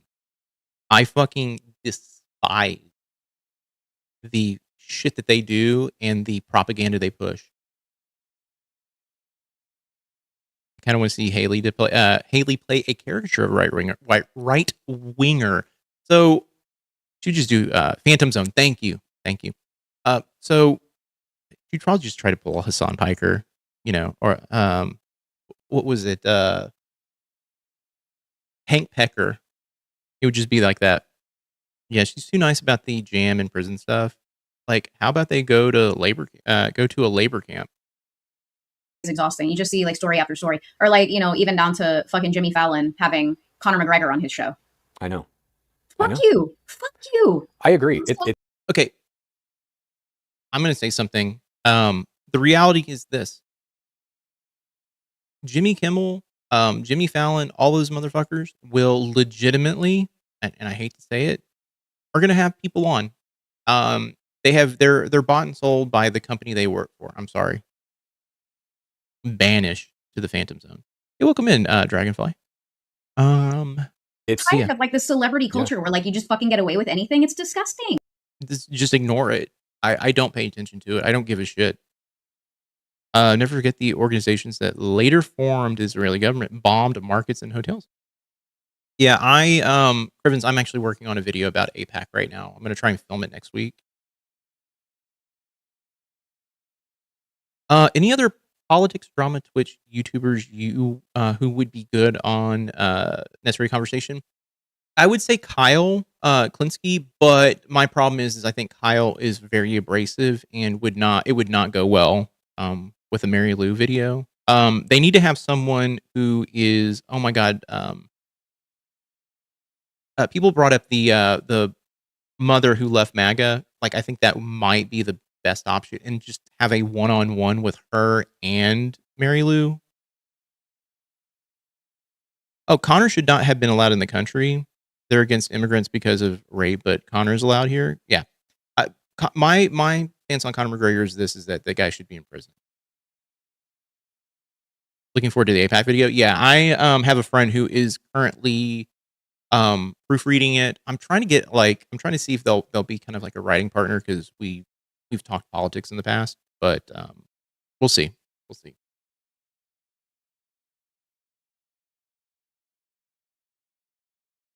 I think he's able to calm it down when he's with the guest.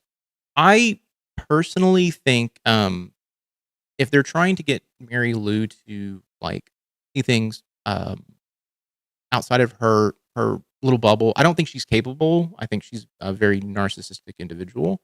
But it would be better to have her do a one-on-one, film it, maybe be the producer of that situation, but do not be in the mix on it. Just let her and this other individual talk until a natural conclusion is done, and you're golden. I watch Bad Empanada. He pisses me off sometimes, but just because he's telling me shit I need to hear. Bad Empanada is... I don't disagree with a lot of the stuff that Bad Empanada says. Bad Empanada is, I want to say, controversial. In my opinion, he's a provocateur, kind of like Kyle is. But he verges on being inflammatory and almost like in the realm of defamation, that I would be concerned about having him on. It would be like having Destiny on. Destiny's in that realm for me too. What about a Buddhist monk or something? I hear so much wisdom from them. I don't think Mary Lou. I don't know. I mean, that sounds like a great idea to me. I would love to have someone like that on just to listen to in general. That's how he says it. I know he's abrasive. It is, and it isn't. Like, I can deal with abrasive. Like, I just have heard him say some things that I'm like, whoa there, buddy. Let's take it back. Oh yeah. I would say, like, having him on this podcast, I don't know. It would be so crazy.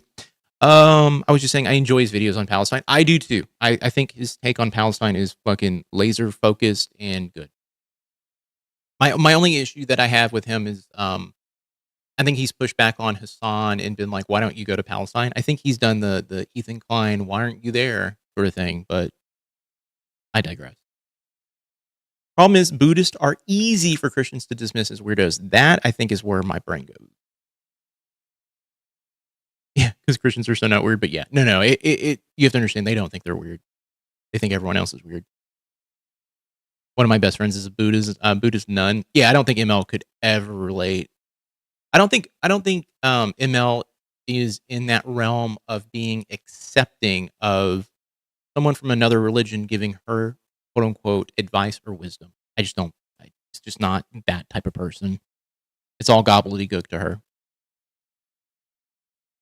She still refers to like African American people as the blacks. Like, this is a problem. I'm not a Hassan fan, so that might be why I'm okay with Bad Panada. I think Hassan, like, I think a lot of people dislike Hassan, and I get why. I think Hassan is, I don't want to call him a necessary evil, but he is, I think, important for the democratic socialist movement to actually flourish, because his endorsements actually matter. Like, they actually do things, and people are showing up because of him. Yeah, Hassan is a stepping stone. Yes, and I personally think, like, I'm not gonna glaze Hassan and be like, oh, he's everything. He's awesome. I started watching a video about him. God, it was some fucking right wing talking point video, and I was just like, I had to turn it off halfway through because I was like, this is just someone being catty and fucking mean. Because it almost feels like they're jealous. He served his purpose, didn't keep growing with me, so I left him. I actually think everything that's been happening lately with him, the Cuba trip, I think the endorsements have absolutely been like amazing. Like, he is abrasive, and especially to his community. He can really fucking piss some people off, and that's fine. And I think that that is just his personality. But he's very absolute in his beliefs and really does not waver in any which way. And I think everything that's been happening has been in part because he has been pushing.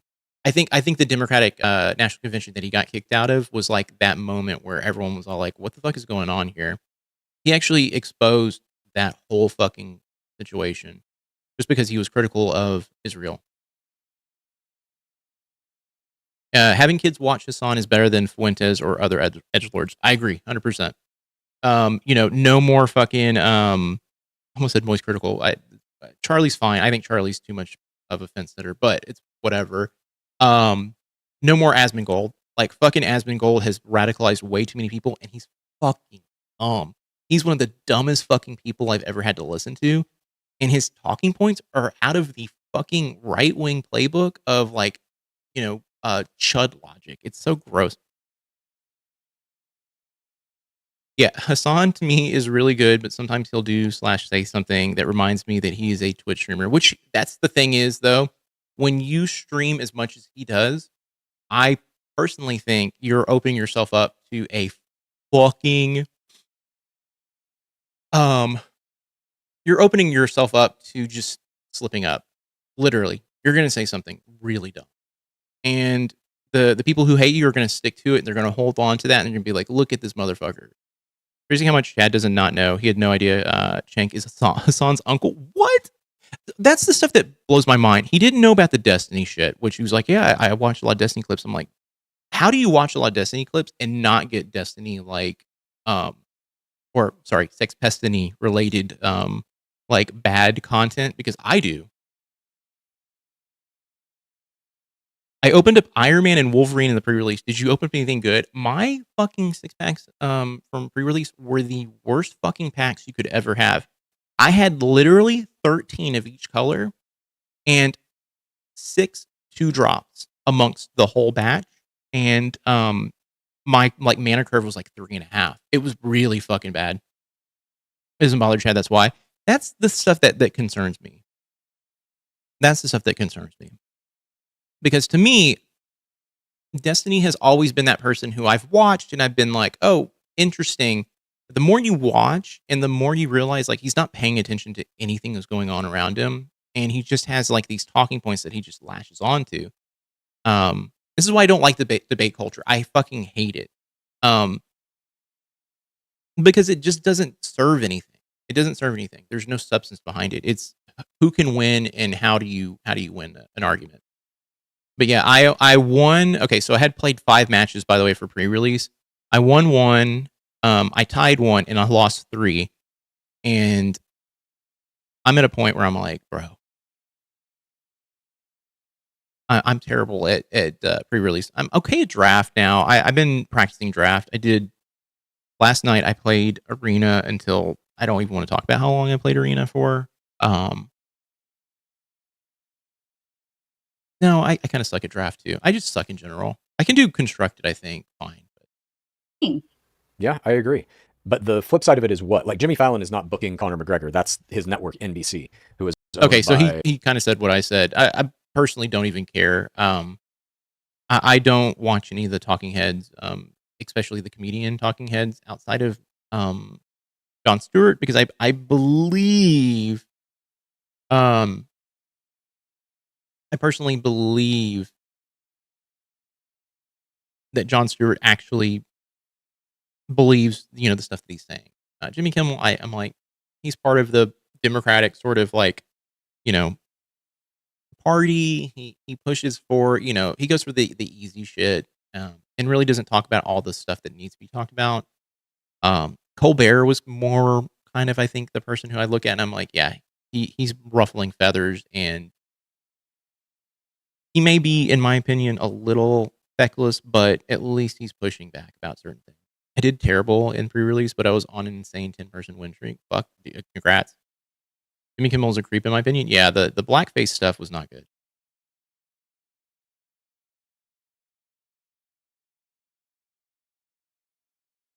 Oh, Abigail Thorne? I will take a look. That name sounds familiar. I need to see the face. I think NBC's Paramount, right? Which is that the Ellison family? Right, but he's the face and the host of that fucking show. So just grow up hair. Say I'm not doing Comcast, it if you don't NBC like it out loud. Yeah. Oh, House of the Dragon. Oh, shit. Comcast. The Roberts family. Okay. I was looking. I was like, wait, House of the Dragon. This is right, but I did not know House of the Dragon. Jimmy Fallon, so. I didn't know House of the Dragon was out. By the way, I need to sit down. I like the. Was it first 2 seasons? First 2 seasons were great. So he has free will. No, I won't fucking spotlight a rapist. If you want to do it, I'm walking, get a new host. I'm sorry, you think Jimmy Fallon gives a fuck about any of that? Yeah, all I know. he cares about is being on TV and making money. That's all he cares about. That's my point. It's fucking repulsive. Don't you remember he was the guy who had Trump on when he was... Here's the thing. I just don't, I look at all those people. I don't let them get my fucking panties in a twist, because it doesn't fucking matter. It just doesn't fucking matter. Jimmy Fallon's a fucking moron, in my opinion. Jimmy Kimmel, like I said, Democratic operative. Ben, hey, thanks for the gift, man. I appreciate that. And that's the shit. That's the stuff that, like, when I watch these things, like, especially with them, it's like, focus on like what's happening right now in Gaza.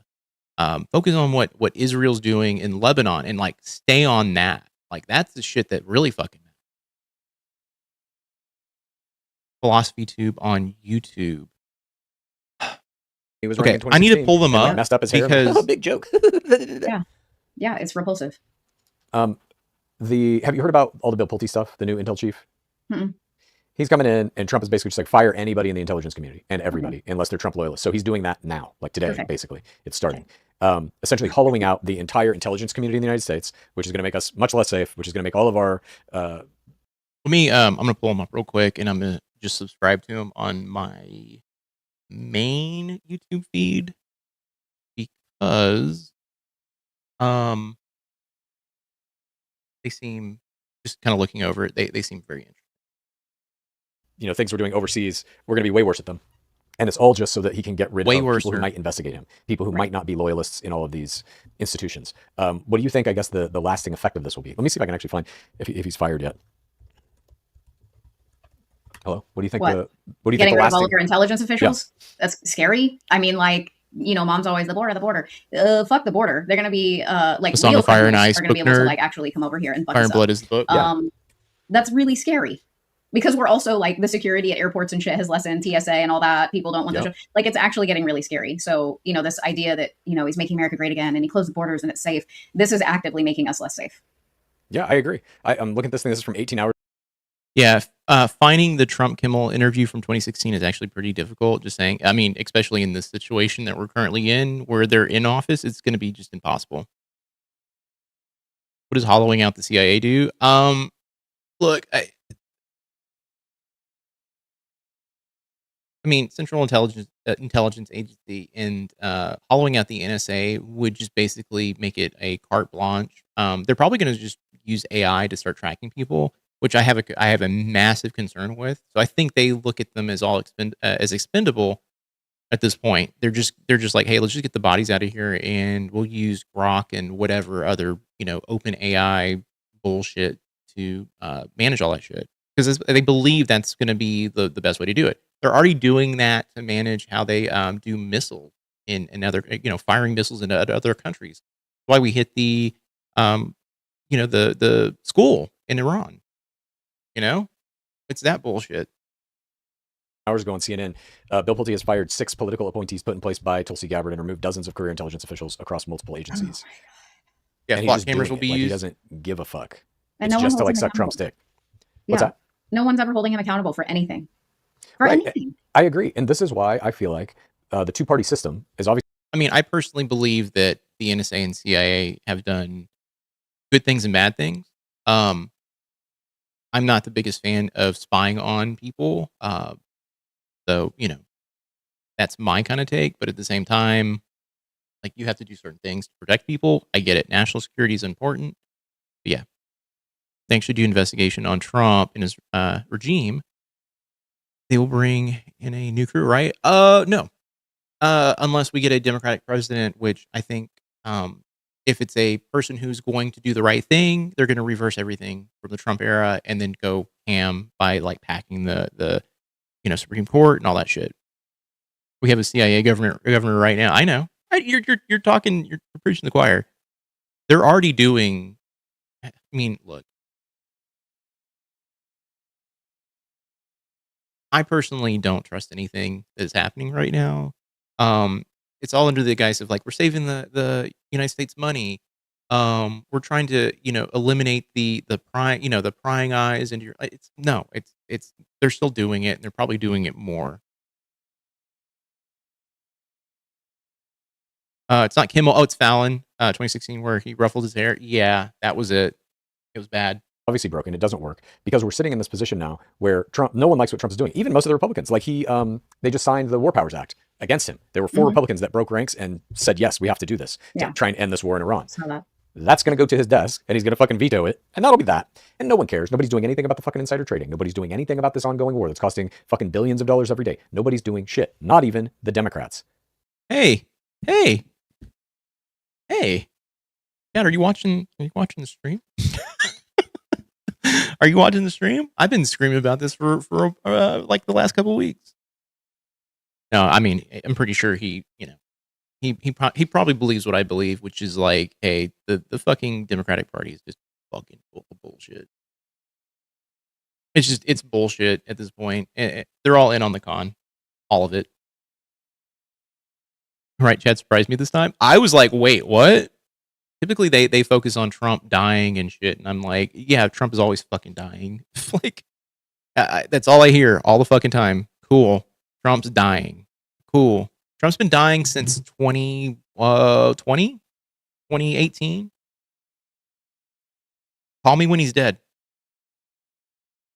George W. Bush was CIA director, and everything Israel is doing now was authorized under him and his son. Yeah, so the Bush family, look, this is why I hate the fucking current situation that we're in. Reagan, Bush, all those guys really fucked up the United States. Literally fucked up the United States with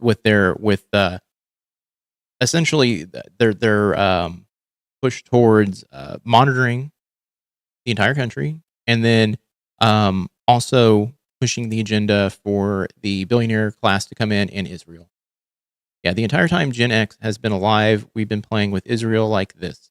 Honestly, before that too, but really the 70s onward. Yeah, so I pulled up that map a while back, and it's so funny to me to hear how Israelis talk about like, hey, we haven't been doing all this shit to Gaza and to the Palestinians at all. Like, they still have half the land, and then you look at it and it's like, no, Israel has taken over 90% of Palestine. 90%. Like, that's where we're sitting right now. And it all started in the, I would literally say 1940s, but it really ramped up in the 70s, like really hardcore ramped up. Bush's New World Order speech was all about Israel being the justification for the invasion of Iraq and then Iran. I remember that. It's fucked. Or it's just fucked. They're like voting against it, but they're not loud enough online on social media saying we need to take this guy down. The people who are actually doing that are like the left-wing YouTubers and shit. Those are the people who are really like driving the conversation and keeping awareness high of all the various crimes and things that he's committing. And I just look at American politics right now on the Democratic side, and I'm just yeah, I saw a video of a bunch of Israeli citizens on a yacht watching Gaza get bombed. Disgusting. I got kind of like hit pretty hard for saying like Israel as a whole is kind of the problem, which I do kind of I kind of like walk it back a little bit. But there certainly is a portion of the population that does do what MAGA does essentially with, Democrats and shit like that, where they basically talk like they look at Palestinians as like the scum of the fucking earth. We watched the video. I had to cut all of that shit out of the stream because the Guardian claimed it. But literally in this Guardian video, they had a reporter go through and talk to Israeli citizens and ask, like, how do you feel about the Palestinians? And it was overwhelmingly just sad to see them looked at like the Palestinians as they look at them as like just trash, like literal trash. It's fucked. It's awful. I don't know how people even. I don't know how you look at is the Israeli culture and even the country and not just feel anger and just hate. In the video, they're literally like on the they're in Tel Aviv on the fucking beach, and they said like if you go 60 meters down the beach, you hit Gaza, and it's literally night and day. Tel Aviv, literally, these people are just having fun. They're playing volleyball. They're doing all this shit, and then just 60 meters, it's fucking a war zone. And you have to ask yourself, not 60 meters. Was it 60 meters? I don't know. I have to look up. I'm terrible with measurements, but just literally just down the beach, it's fucked. It's fucked. It's fucked. These people suck. Yeah. They're terrible. They can't Right. win shit. They don't seem to have any fire under their ass about what is obviously a major crisis in the United States. If he guts all this shit, which he's doing, this is all Project 2025 stuff, Yeah. and he's implementing it now, like at every fucking level. Once that is complete, there's no like, well, we elected a Democrat now. Next time, so everything's back to normal. Okay, so government's fucked. It's fucked forever Right. because you're going to have people who are corrupt at every level of every one of these agencies, and in order to fire them and hire somebody else, that's going to take decades. Mm-hmm. maybe it's 60 Like I said miles. before, Is what they're I'm saying. ready for somebody to just like fucking tear it all down. Have you seen Louis Theroux's documentary called Settlers from 2025 about Israel Palestine? It's a good one. I will add it to my list. I'm trying to get as much information because I'm kind of doing a video based on AIPAC right now, and I'm trying to get like a little bit more context for Israel kind of in the video. And so I'm trying to look at as much information as I possibly can before I kind of like jump in. Yeah, I'll add it to my list. I'll watch it. I've got a bunch of time next week. I'm probably gonna watch a bunch of shit because I'm gonna be by myself for I think like 8 days. It's gonna be a bit. Settlers. Okay.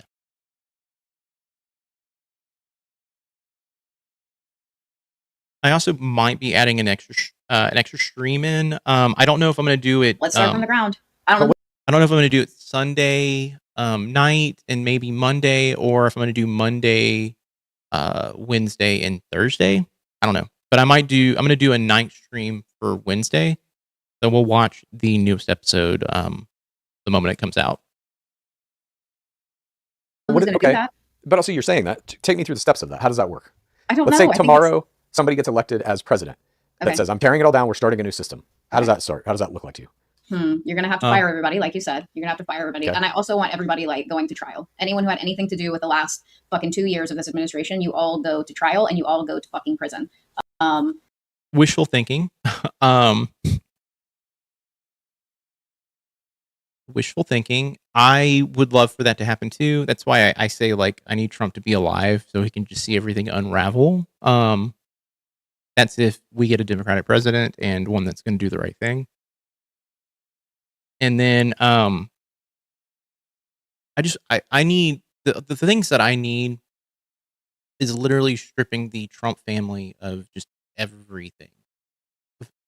And I'm not talking just money. I'm talking like accolades, the ability to fucking get government contracts, the ability to run prediction markets. That's the shit. They should be barred from trading. They should be barred from anything that deals with influencing the economy at all. I've been watching Settlers in Sections. It's so effed up what they did and are doing. Yeah.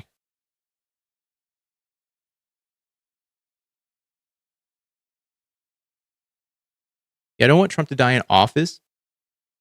I need him to somehow not kill us all and make it through his term and then have to sit there and watch us fix everything he messed up. I just don't want him to die in office because I have a theory. I'm not going to call it conspiracy. But I have a theory they will make a martyr out of him in some way. Just legitimately, I feel like they're going to make a martyr out of him, and I don't want that to ever happen. I'm not going to allow any. I can't do anything. All right, I have no power over what the GOP does, but I just cannot. I don't know if I could live in a world where they turn him into fucking Jesus Christ. I just can't. That is like literally Kim Jong Il level fucking insanity to me. Speaking of CIA, are you aware of the Dark Alliance? Piece by journalist Gary Webb, published in San Jose Mercury News back in 1996. No, I will look it up. You want to give me the TRL though? Sorry, TRL. The not Total Request Live. Oh my god. As you can tell, I'll just be very honest. I've had a migraine for like the last 2 days, so my brain's not working. The give me the short of the long.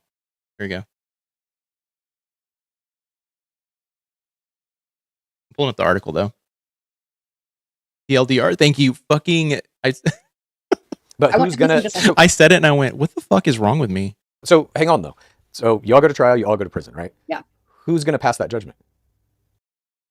This is the stuff that we I run into mentally with this kind of like get your electrolyte. I am actually drinking Gatorade right now. This is orange Gatorade.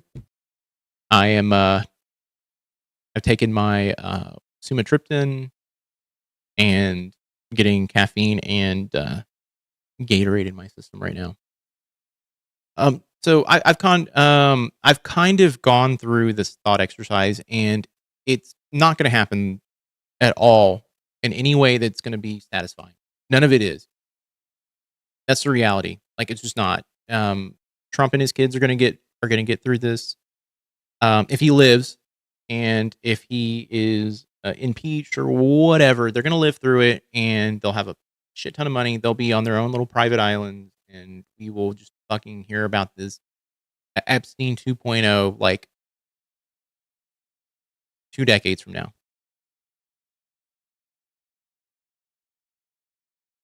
Thank you, McG. Yeah. TLR, Iran-Contra conspiracy, yes, was funded by crack cocaine sales. Wow. Which was justification for the war on drugs. Yeah. That's fascinating. I'm going to have to read up on it.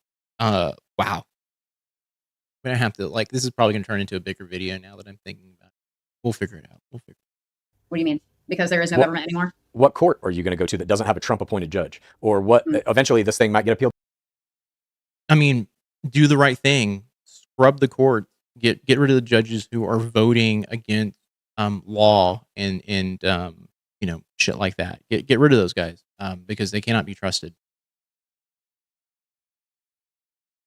Call of Duty's about to make a movie. Fucking, you're making a movie out of everything at this point. Like, yeah, it makes sense. I mean, I'm not like really like I don't care. I Call of Duty was never a game that I got into at all. I can't play it. First-person shooters are just nauseating for some reason. I can't play them. Reagan CIA Bush Sr. Gets blamed for the crack epidemic, according to this Gary Webb report. Activision is like that. I know. Activision was run by Bobby Kotick until just recently, like in the last 5 years at least. They've always been about just milking a franchise until no one cares about it. Look at Assassin's Creed, Oh, that's Ubisoft, sorry. Assassin's Creed, though, example still stands. To the Supreme Court, in which case we've seen everyone does it. It's so put more people on the Supreme Court. Okay, yeah, you could potentially do that. Yeah, but that would. I can't do first person either. It makes me ill. I hope the movie isn't like that. If they do that, that's the dumbest thing that you could ever do. Yeah, no, I have something called simulator sickness. So most video games nowadays, I can't play them. can't play them. Like I want to play through the newest Resident Evil. I got like 30 minutes into it, and I was like, I gotta. No, I got like an hour and a half into it, and I was just like, I have to play this in chunks, or I'm gonna fucking vomit everywhere. Isn't there a judge in Texas that got awarded money for refusing to officiate same-sex weddings? Well, fascinating. I'm gonna have to look into that. You could do that, but I believe that requires Congress to be on your side with that decision. Does it? Does anything require Congress anymore? Like, we're not abiding by rules, okay? This is the Wild West. AOC, but I'm saying, like, get in there and fuck shit up. I'm saying you can't just come into this and be like, all right, this system's over. There is no more Supreme Court. There is no more this. You know what I mean? Donald Trump did it. No, he didn't do it. He's corrupting the system to his benefit. He's not destroying the system. He's just gaming it to a degree that allows him to control the whole thing. Like Putin did that too. Putin didn't come in and say, we're not having elections anymore. Fuck it, I'm going to rule. I'll stick to my 2DS RPG games. I have, if you have 3DS, the Shin Megami games are some of my favorite. If you're ever looking for more RPGs, Strange Journeys on the DS though, so you can get that. But Shin Megami 4 and even Apocalypse, I really enjoyed. Those are like, I actually want to go back and play Shin Megami 4 again though. Those are my favorite. If you've played the Persona games, Shin Megami is literally the game before Persona. Persona is like an offshoot of those. Oh, and then there's another set of Shin Megami games that are top-down strategy RPGs. They're really good. I like Fire Emblem and Mario RPGs. The Shin Megami games are adult in nature, like demons, like heaven and hell fighting, but you're playing as a human and you're trying to like balance the world type of thing. Or you can go ham and go in one direction or the other. But typically the demons are more fun to kind of like deal with, and the angels are just assholes who will kill people just for like the smallest and like infraction. Rule till I die. He said, no, you elected me, and we're going to have elections every time. But now the elections are like, he wins every one of them by 100%. That's how Trump is trying to twist the system into a vision of it that he wants, but he's not destroying the system. Sure. I believe that has to be all reversible. But that is destroying the system, though. That is destroying the actual integrity of voting. I choose to believe that you can. Sounds cool. Yeah. Strange Journey is a really tough game to get started, but is pretty fun. If you've got a 3DS though, look for Shin Megami 4. If you've got it modded, download it. It's I recommend it. The game's too expensive. It's like a $70 game right now. And then the top-down ones are really expensive. Like I think like 80, 90. Oh, and then there is another one that is a re-release of a Sega CD game, but they released it on the 3DS. I talked to Roger Griffin. He insists that Trump isn't fascist because he's merely corrupting the USA, not completely dismantling it. Okay. I mean, you have an entire party who is slowly ripping things out left and fucking right. And look, the reality is this.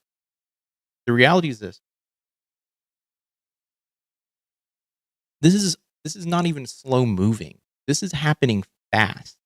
This is happening faster than we care to admit. Even the conservatives, like the Democratic Party, are like, not Democratic, sorry. The GOP is like, what the fuck is going on right now? Even they're catching it lately. I love physical copies, so I got one as a birthday gift and one for Christmas from the hubby. I am a physical collector as well, so I'm actually going through and gonna start parting with a couple of games and figures. I've got a lot of figures I'm trying to get rid of. I also do Magic cards, so that's a whole nother thing. You can reverse everything that's been done. It's probably going to take a while, but I think you can. I think you can do it very quickly, and you do it the way that Trump is doing with executive orders and blackmail. You can, because, dare I say this, the problem is not Donald Trump. The problem is money. It is that the Supreme Court made that Citizens United decision that basically said any corporation can donate and any person can donate any amount of money to a political. I agree. Twisting something fundamentally destroys it. Yes. So that's my thing. It's like we're at the cusp of this impasse, right? And I'm going to say this. If the midterms are not mainly Democratic wins, I'm going to think there's something really fucked up happening. I don't think they're going to go ham and be like, all things are going to be fucking red, but I think it's going to be enough that it's not going to make a fucking difference. And it's all going to be because they're going to change how people are voting. They're going to basically nuke essentially access to, I would say, you know, black and brown people, in particular in cities. They're going to make it really hard to be able to vote. They already did it in Texas. I mean, Houston is fucked because I don't think they can do the mail-in anymore. Political candidate. So it allows somebody like Elon Musk to just buy an election. There has to be, in my opinion, someone. Roger Griffin. These guys are going to just really hold on tight. There's very few people who are going to admit they're wrong until it's too late. And I don't know who would pass this because politicians all benefit from having it the way it is now. You have to pass some kind of law that says you can't do this. Maybe even private donations to campaigns should be illegal, period. No one can donate. And it should be like a taxpayer thing where it's like, okay, if you meet a certain threshold by a certain time in whatever election cycle we're in, let's say it's the presidential election, let's say 5 months, 6 months out, you have to have a certain percentage poll. I'm not going to say Texas because Texas is notoriously, look, I went through the Beto thing back in the day. I'll just be very frank. It wouldn't surprise me if this is a very tight race. Ken Paxton is one of the most unlikable people. I'm not as like damned if you do situation as Haley is with Texas, and Tallarico not winning. But there are several other races, and I can't think of them off the top of my head, but there's several others that are just like blowout, and it'll be very, very difficult for me to accept a win, like a Republican win. I did have a PS Vita with COD, Uncharted, and The Wolf Among Us solid lineup. I actually have my Vita. I've got 2 Vitas in the closet, and one of them's I got to get repaired. But I got Muramasa. What is the other fucking games? I have a bunch of like. There's a Brawler, something Crown. I mainly played like 2D games on that system too. Putin has been doing it for years. Oh yeah, Putin has rigged elections and then killed people for trying to point it out. Reporters and everything. The dude's corrupt, and it's in our faces. It's people like Bob who are like, I love Putin because he knows what Putin is. He knows that Putin is going to do everything he can to win, and he likes Trump because of the same thing. It's that type of mentality that has allowed people like that to exist and do the thing they're doing. That's how Hitler got into power. It's how North Korea became North Korea. It's people being like, yeah, I fucking hate the things that you hate. Let's do a Holocaust, guys. Polling, and then you get money released to you that is like tax money. Every political candidate gets like $10 million. Mm-hmm. Run your campaign on that. That's it. That's all you get. It's all equal. It's all even. A lot of people have fallen out of windows in Russia. A lot of people have just turned up poisoned for no fucking reason in Russia. People have left Russia and then were poisoned, leaving, like stepping onto other soil and being like, how the fuck did they poison them the moment they stepped off a fucking plane? Type shit. And it all comes from taxpayers. So there is no Elon Musk donating $500 million or whatever, just buying a fucking election. Well, what makes you think that somebody couldn't come in and just write a fucking law and that's the law of the land? Donald Trump is doing that shit every day. Because that law has to be passed by someone. Why? Yes and no. We've seen a lot of executive orders not be challenged. So, Postmaster General said he will not deliver the mail-in ballots in the blue states if they don't give up their voter rolls to executive branch. The reality is this. There's nothing we can do to stop it.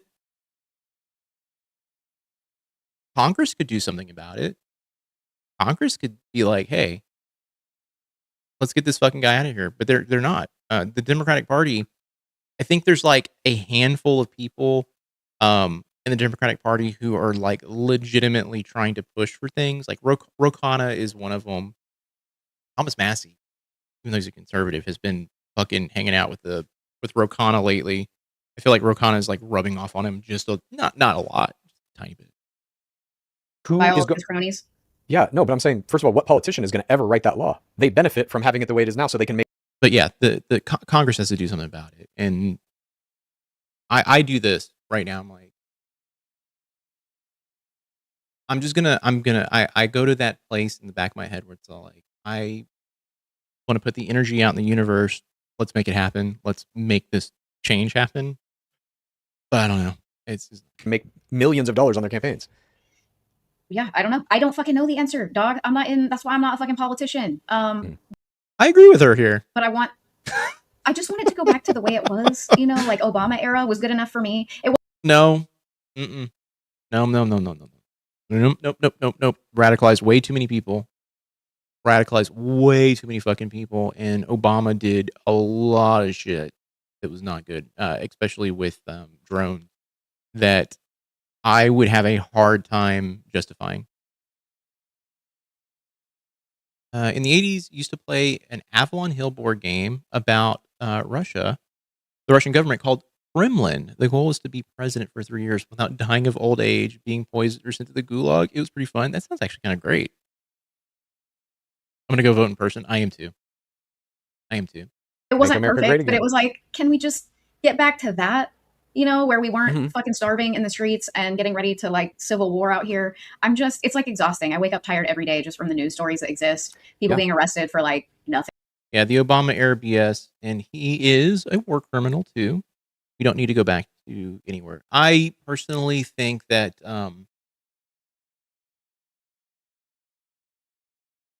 you have to go back. You would have to go back pre Reagan, pre-Nixon, for this to be doable, like to fix anything.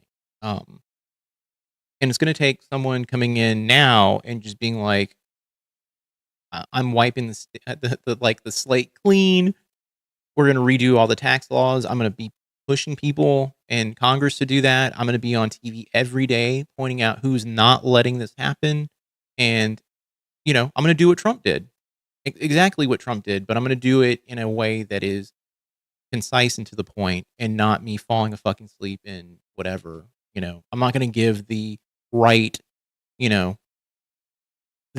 news stories that they have, like the left has now about Trump, which is, he's shitting himself and dying. Like I'm going to fucking be concise and to the point, and this is what we're doing. But still only be white men. That's still best for women and black. Yeah. So. But yeah, women and black people were still left out. So I agree. And the reality is this. You can go back and you can try to change everything. I think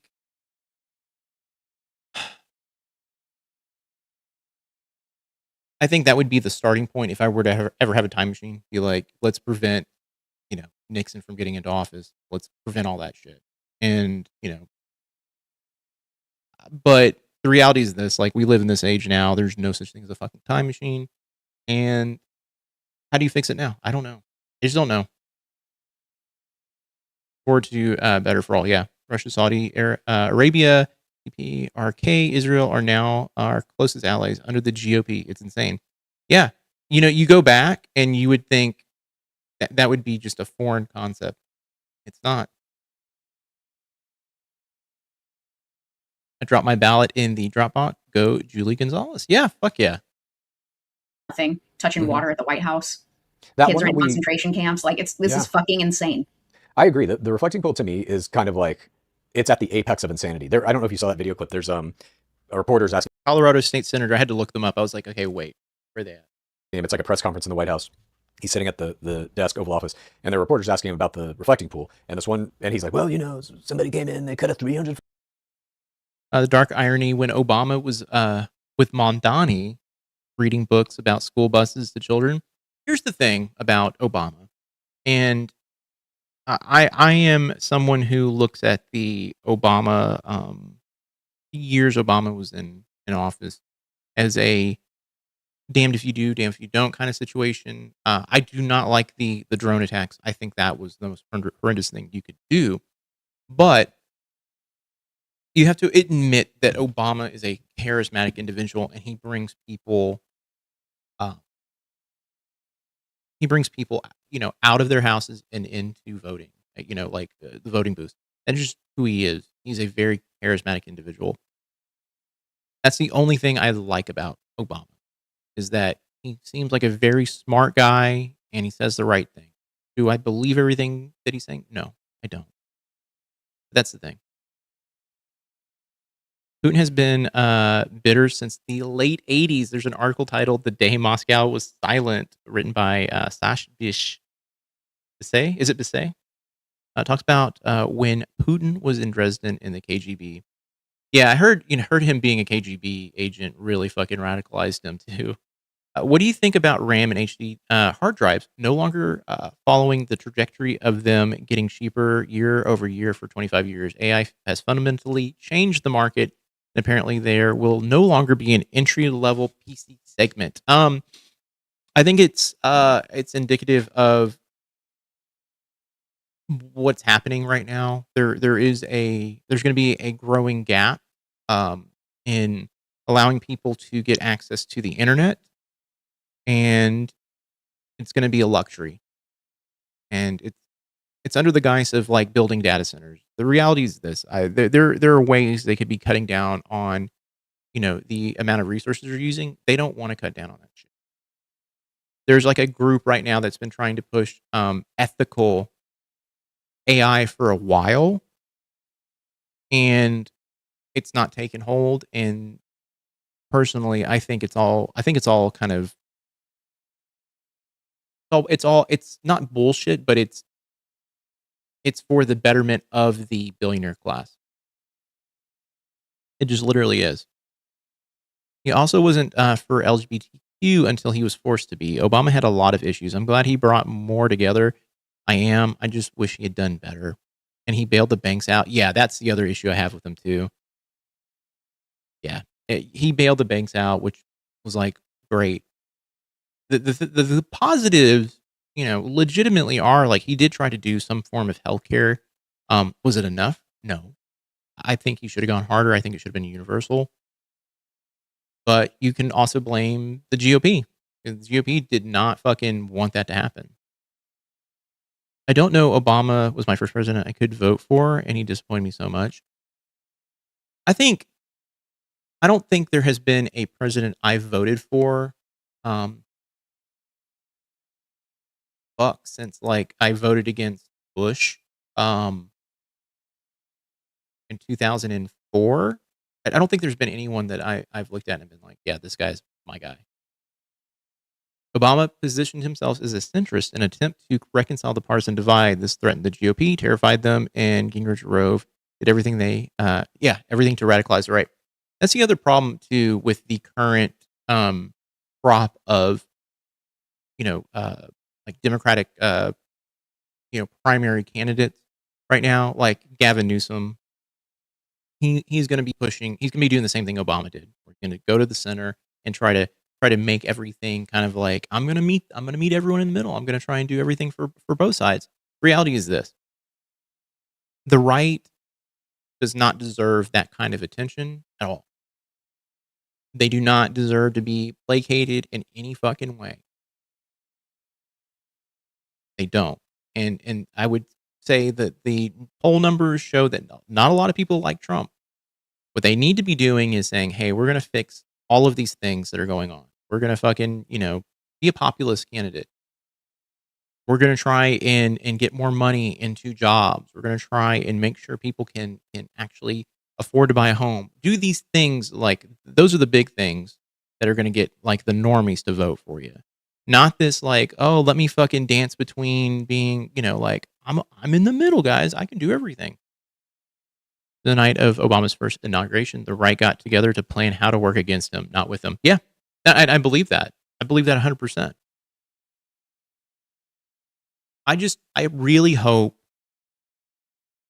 that the people who allowed Trump to get into office and exist, I hope they have a fucking hard time reconciling that. I just really do.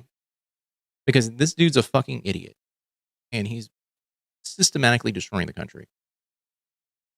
I don't give a shit if he's shitting in his pants. I don't give a shit if he's farting all over people. I don't give a fucking shit about any of that stuff. I don't care if he's dying. I don't give a fuck about any of it. He's systematically fucking everything up. And the people who are working with him are allowing him to do it. The Congress is letting him do it. The Democrat Party is letting him do it. Yeah. Overton window. Yeah. Chasing moderate conservatives is folly. Yeah, it is. And the fucking people who claim they're independent are typically conservative anyway. They just don't want to fucking be that person who's all like, I'm a conservative when they talk to their family and friends. The reality is this. They're always conservative.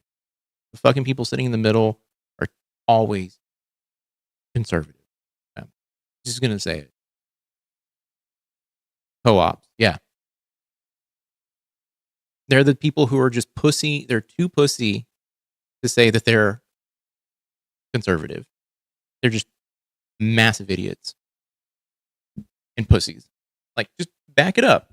Say what you are. Do it.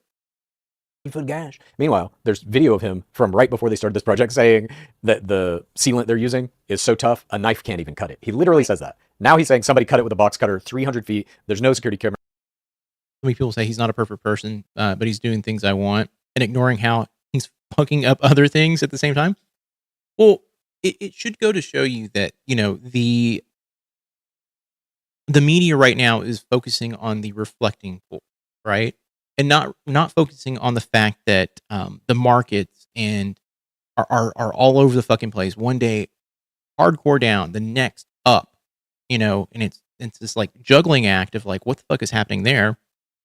And then the Iran situation. No one's focusing on that anymore because they're too busy looking at this fucking green pool. Who cares about this fucking pool when there's so much other shit happening? Not saying that we can't look at it and laugh at it, but the reality is this: like, it's a distraction. It's a fucking distraction. I want to hammer the idea of co-ops. It's a Marxist concept that is popular in the agricultural right. Yes. So the I'm going to say this: the farmers are going to have a hard time justifying a vote for a conservative candidate going forward. Trump absolutely 100% fucked all of those guys. And if I was a farmer and I was barely getting by right now, I'd be looking at the right being like, I cannot fucking touch this shit with a 10-foot fucking pole ever again. We were lied to. We'll see how it's going to go, but I don't know if I believe that they're okay. I'm not going to be that mean. I'm not going to do that. I'm not going to be like, they're dumb. They're not going to see it. So true. It's funny until you zoom out to the bigger picture. It's not funny anymore. No, it's not. That's the thing that I get so angry when I watch the talking heads on the left, like pondering politics and shit like that. Like, I like those guys. I think they're great. I think they're reporting the news. I just think that their desire to have like 10 uploads a day is not doing anything other than flooding, you know, YouTube with a bunch of just pointless articles and pointless videos about nothing.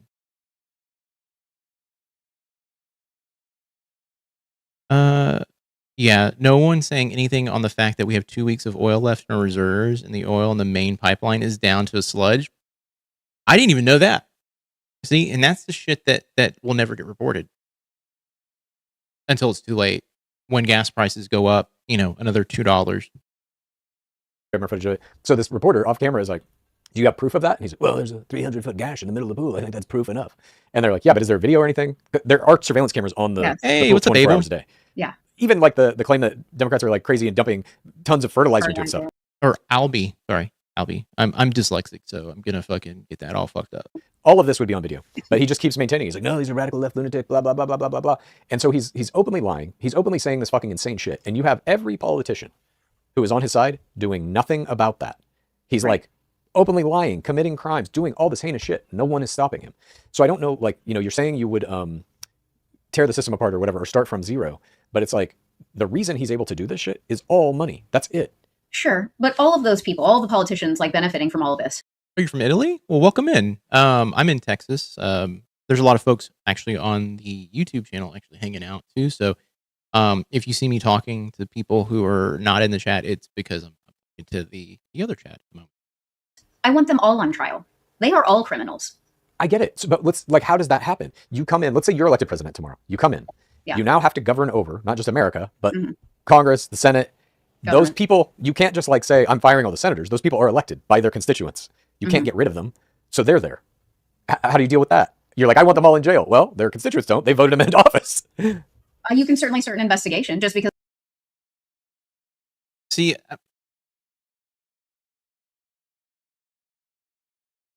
I think the pushback on here is a bit much. I think this is the center left talking point of well, what are you gonna do? And it's we need to talk about it. So what are they talking about in this video? Essentially, if a Democratic president comes into office, how are they going to fix everything that has been kind of undone in the United States? And right now, they're both liberals. They both are kind of talking about how to fix this, but the brother on the left is actually pushing back quite a bit. Co-ops, workers, ownership, small agricultural is leaning heavy on it, but I don't realize that it is Marxist, not communist. That's the thing. There's so many things that these guys are all kind of just buying into that they don't really quite understand, that they are leaning into these, yeah, you're right, Marxist ideas. The thing that should be scary too, and this might be kind of going down a different rabbit hole, but it's the fight against unions. Those are the things that I am I look at, Wizards of the Coast, the guys who make Magic the Gathering. Their online division actually formed a union just recently, and they've been fighting against it. I can't take seriously the girl with an insane size of a hat. We talked about that. Probably not the best thing to have on when you're talking politics, especially. No, you can say joking. We all said it. I don't know if we can take her seriously right now. The red hat was a bit much. But yeah, no, there's a lot of stuff like that where I'm the union busting is unions inherently, in my opinion, are, kind of of these, this I would say Marxist, kind of what you're saying here, Marxist idea. Hey, in politics, we don't judge aesthetics. Welcome to American politics. Yeah, affix, yeah. Because they were elected by their fucking people doesn't mean you can't investigate them. And so we begin that process. And I want them all in jail. But we've seen that process. How many investigations have been launched by Congress in the past? Here's the problem, though. And if I were to ever be in a conversation with Chad about this, yeah, we're in you're in a situation where I forgot I'm in America now. No, you're not. You can be Italian. I like the outside view, by the way. So yeah, when discussing this idea or this concept that we've had a bunch of investigations and nothing's happened. Well, yeah, we've had a lot of investigations under conservative rule. And of course, the people involved in those things are being investigated who are also in office right now. And yeah, they're never going to nothing's going to happen with those things. They're not going to do anything about that. But if you get the people out who are preventing these investigations from going further or doing, from actually doing something, if you get those people out, those investigations matter. So you get a Democratic president in, or a socialist president in, who's actually going to be pushing, for change, an actual change, not the Obama change. And if you're going to get people in these, in Congress who are going to come in and fill those seats, and are actually going to try to prosecute people who are doing the wrong, then yeah. Oh wait, is she? No, she's not MAGA. She's not. She's just wearing the hat. She's just wearing the hat. She's wearing it. Their dad actually is MAGA, and so she's wearing it in honor of his birthday. But we think it's kind of tacky, a little bit tacky. 5-6 years or whatever into Trump, into Biden, into Hillary Clinton, into any number of politicians who are perceived enemies by the political party in power, and those all go nowhere. Okay, fine. Then I guess it's going to resort to violence. I don't know. This is the thing, and this is the contrarian sort of mentality that I just do not enjoy. Thank you for no, you're good, you're good. Show the Italian the two giant gold fasces hanging in the White House in the House of the Representatives and see if they feel like it's like home. Jesus Christ! Hey, look, we can look at that a little bit later. But no, this is the thing. I don't like this contrarian attitude, and this is how moderate to slightly leaning left Democrats view everything. Nothing's going to change. We still need to vote the people in that we want in, but it's not going to change anything. It's like, bitch, with that mentality, nothing's going to change. I went to a party and I was discussing politics a little bit, and I said, like, the next president that comes in needs to actually do what Trump is doing. And they're like, no, that would never work. And I'm like, what do you mean it would never work? It currently is working. Look at what Trump has done. Trump has systematically dismantled a lot of shit just by walking in the door saying, I'm going to fucking do it. And they're like, well, if a Democrat does it, it's going to be bad. I'm like, why would it be bad? It would be the first time a Democratic president has done anything for the people who voted them in. It'd be the first time. I think it would be good. I think, honestly, that would basically bring a lot of people back being like, oh, shit, Democrats actually can do things. Have an FDR-like event. But no, like we have this mentality. To push a remove the fascists from the National Capital Act, pull them down. Honestly, let's. I'm gonna find those. I don't know what he's talking about. We'll find them. I'll show. We'll take a look at what they're referring to. Just lock them up. Take them out of their house and put them in the fucking prison. Lock them up. Yeah. I don't care anymore. I don't believe that we get justice in the United States of America. I don't believe in that anymore. There is no justice system.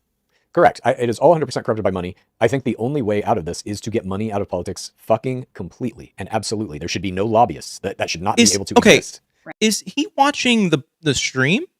Like, is he watching? This is the first time I've ever heard him say any of this shit. Chad, if you're watching, I appreciate you doing that, man.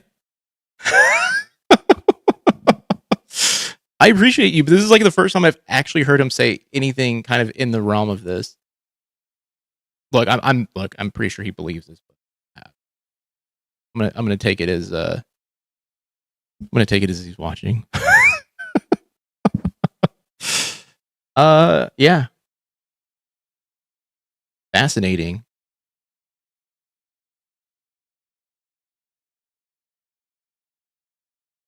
I'm assuming it is the two gold columns with axes on them, right? Right. It's insane that it does. Yeah. I don't remember when this reporting came out. This is years ago at this point. But it came out that most legislation, is written by lobbyists and just given to senators who they are also giving money to. And it's like, here's the law, sign it, please. Here's $10 million. And that's how our government works. It's these giant corporations, largely drug corporations, but also for-profit prisons. And any big industry has people that they send to Washington with fucking burritos. The Minnesota flag is getting so much hate. We literally have the symbol of Mussolini's fascist party hanging in prominence in our capital. Oh, I got to look at cases of money. That's not accurate. They don't deliver them actual cash that I'm aware of. But they show up and they come in and they have these meetings and they say, well, I work for Pfizer and we think the regulations that you have on us are a little too strict. We got to test these drugs for a couple of years before we bring them to market. It'd be better for us if we could just bring them to market without testing. How does that sound? Right. Here's $10 million. Yep, write it up. I'll sign it. Thank you. And that's like how our laws get made. And so I think until that changes, until the laws are getting made by like this is what I would do and what I've thought about doing. I would start some kind of online platform, some kind of app or something that's like a social media app basically, but it's just for political ideas. And the good ones get voted to the top and they fucking stay there until they get answered by politicians, whatever that idea may be, something along those lines. I just feel like we're living in a world technologically where the vast majority of public opinion can be very easily polled and distributed to everybody online.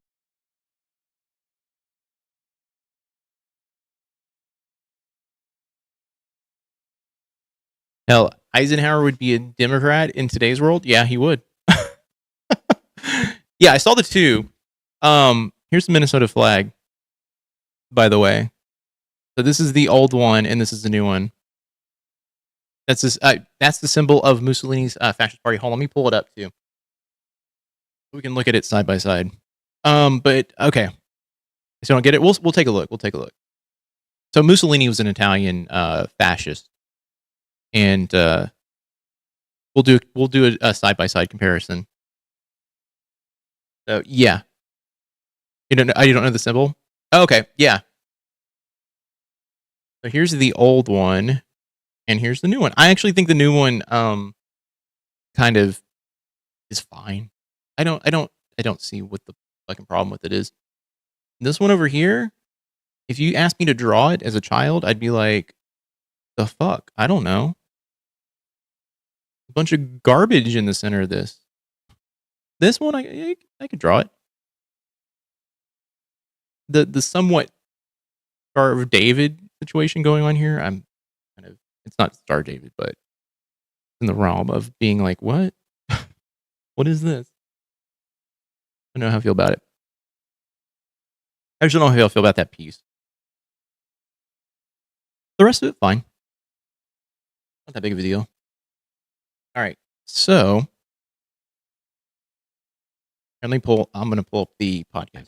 We should all be able to see that, to be like, okay. I mean, we see the polls now. That comes out in news, where it's like 85% of all Americans want stricter gun laws, and nothing fucking happens. But there's nothing that like puts the pressure on to hold them to account. And I don't know what that is, other than like we all refuse to pay our taxes or something, but then we're going to wind up getting a 100-year sentence from fucking Trump. I don't know. I mean, historically, America just has never had the oomph. There are other countries that like do gnarly shit to get what they want. Yeah. Well, I mean, I wouldn't say historically that's true. Holy shit, you're right. Whoa. Yeah, we did do a civil war. That had a little oomph to it. I think, though, you're right. We have America, maybe more than any other country, is like a kind of gluttonous consumer culture that is like, as long as I have my Domino's. I agree with this, by the way. You basically Wally people at this point, and they're just gonna be like, whatever. All right, so this is Mussolini's fascist party symbol here, and then here's what's hung up in Congress right now.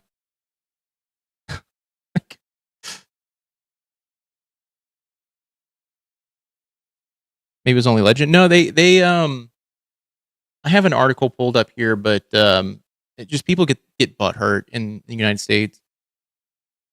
People get butthurt in the United States whenever they change something that is a quote unquote symbol of a state or anything. They can't handle change. That's the problem. They like what we call here in the States member berries, you know? Those pepperoni crust pizza and my fucking Baby Yoda. I don't really care about anything. Yeah. Like, where's the fucking shit that Ivanka is building? Where is that? Albania? Mm-hmm. Right. So the people are still protesting.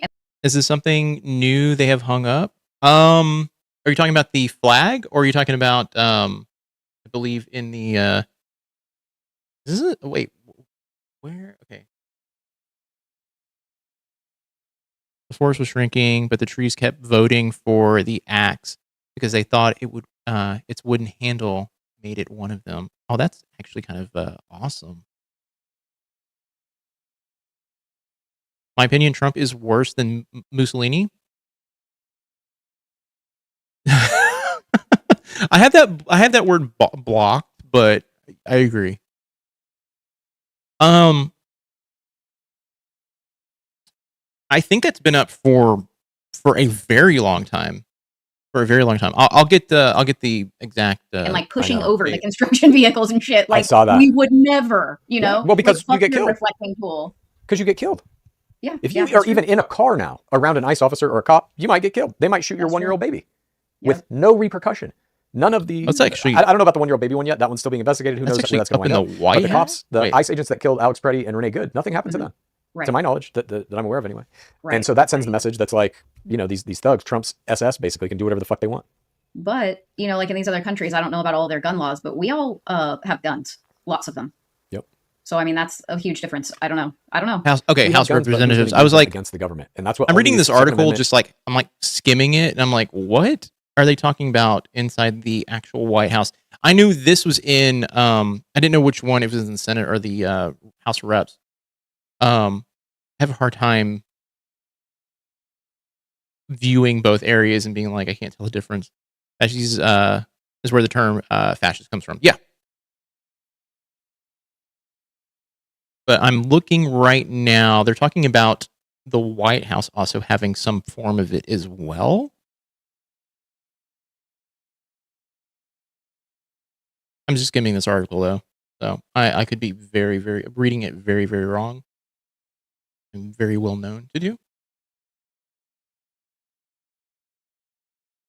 No, they're talking about FDR. FDR relocating the Oval Office to the southeast corner of the White House, or sorry, of the West Wing. He decided to adorn the doorway with a fasciste on the top. Oh my god! Oh my god! What are y'all's most Republican take? Mine is supporting the Second Amendment with strong restrictions. That would be mine. But I think, by the way, I don't get what they're talking about because my English is bad. No, you're fine. You're fine. I can also turn on subtitles if that makes you feel better, which I don't mind. I think some people actually enjoy. Say like, what we got? But I think that would be mine. The Second Amendment is the big thing. I think a lot of restrictions need to be put into place with those, and I'll be very frank and honest. We're at a point where I don't think there is any way to really rid the United States of quote unquote guns. So like implementing any sort of like, banning of guns in general is going to be very difficult, but you can restrict who can get guns and maybe even monitor the people who are trying to get guns. Even though that some people call it a police state, I would be like, that is probably one of the few realms where I'd be okay with someone tracking people. Just because with the fact that we have so many school shootings, I think that stuff would help. But if you have some questions about Italy, I will be glad to answer because you're so interesting. Because you're so interested in Mussolini. I'm pretty sure there'd be folks over on YouTube that would love to ask you some questions. The symbol represents a populist support for government use of lethal force. War, capital punishment, police enforcement. Executioners carried the fasces. The axe is a headsman's axe, which is fascinating. Which is actually kind of interesting too, because it's just like to think that is hung up in the House of Reps as a symbol is crazy. It's just like absolutely crazy. Take my guns. Again, I apologize, people. I know I'm stuttering and shit like that. Like I said, I've been dealing with a migraine since last night. No. It's like, now's the time. This is what you have them for. It's insane. The government is actively taking over in a hostile way the populace. They are arresting people for no reason. They are making up terms Antifa. Now we arrest you for being Antifa. We arrest you for looking at the swimming pool. This is the whole reason, at least my understanding of it was, that you have the Second Amendment. It's so that an authoritarian government can't take control of your life. Yeah. The ability to form militias and do all that stuff is part of the Second Amendment, I believe. So, yeah. A fascist government is going to prevent people from open carry, arresting people who are trying to protect other people from a fascist government, i.e. the guy who, is put into prison for, 100 years because he fired a gun at an officer who was pointing a gun at a, protester. Yeah, the Declaration of Independence also states that citizens have the right to overthrow the government. Here's the part that is like fascinating about all this. We fascist unwavering support for government killing people. Yeah, which makes sense. Like, my thing is like when we think about like this idea of overthrowing the government. Currently, they are putting in the term terrorist into people's heads. They're saying if you're trying to do anything that is something that we don't like or you're pushing for these agendas, you're a terrorist. That's why they Israelis paint Gazans as Hamas as terrorists. And yeah, it's awful. That's the type of talk. Like I reserve terrorist to a very specific thing. Like you're trying to harm innocents and you're doing it purposely. And you're trying to do like these like insanely awful things to disrupt the lives of just normal people. If it's aimed towards the government, is it really fascism? No, it's trying to push the will of the people onto the government at that point. Here in Italy, we were talking about a possible civil war in America. You think it's actually going to happen? Fascists will always support government execution for the good of the country, which, watching the show, Mary Lou and Bob were all for it, Right. Ain't nobody using them. Where are those militias that we hear so much about who want to fight against a tyrannical government? Yeah, I don't know. I guess they see it differently because they're all MAGA. They're all, well, I don't know if they're all MAGA. They're all libertarian, far right libertarian. There's a segment of I think libertarian is like used incorrectly. They're just far right loons at this point. But yeah, they're all quote unquote libertarians. They're on their side. Exactly. So I don't know. I don't know if the United States populace has it in us to like take over the government or anything. Nor do I think we have it in us to change drastically. I think even if there is a let's say, with that kind of thinking, no, we'll never change. We have a Democrat president and House and Senate in the next cycle. Mm-hmm. We've had that before. We're here now. Like it didn't work. Yeah, because lobbyists are the problem. Literally, lobbyists are the problem. That's the biggest fucking issue right now, is that there are a group of people pushing agendas for A, like companies, and then B, like also fucking other countries are doing it too, like Israel fucking through AIPAC.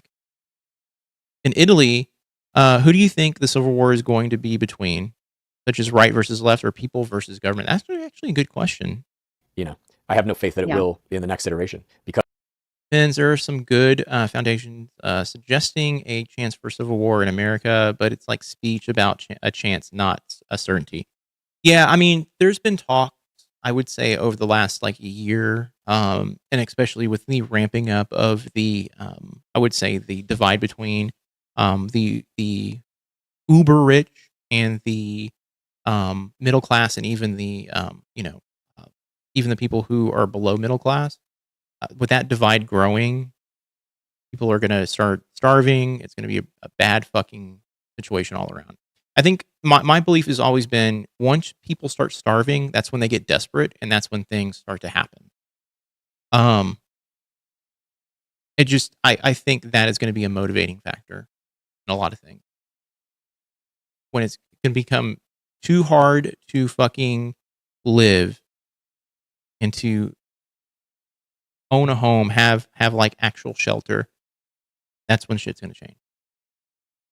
Gun-toting, capital punishment, supporting Christians just seem bizarre to me.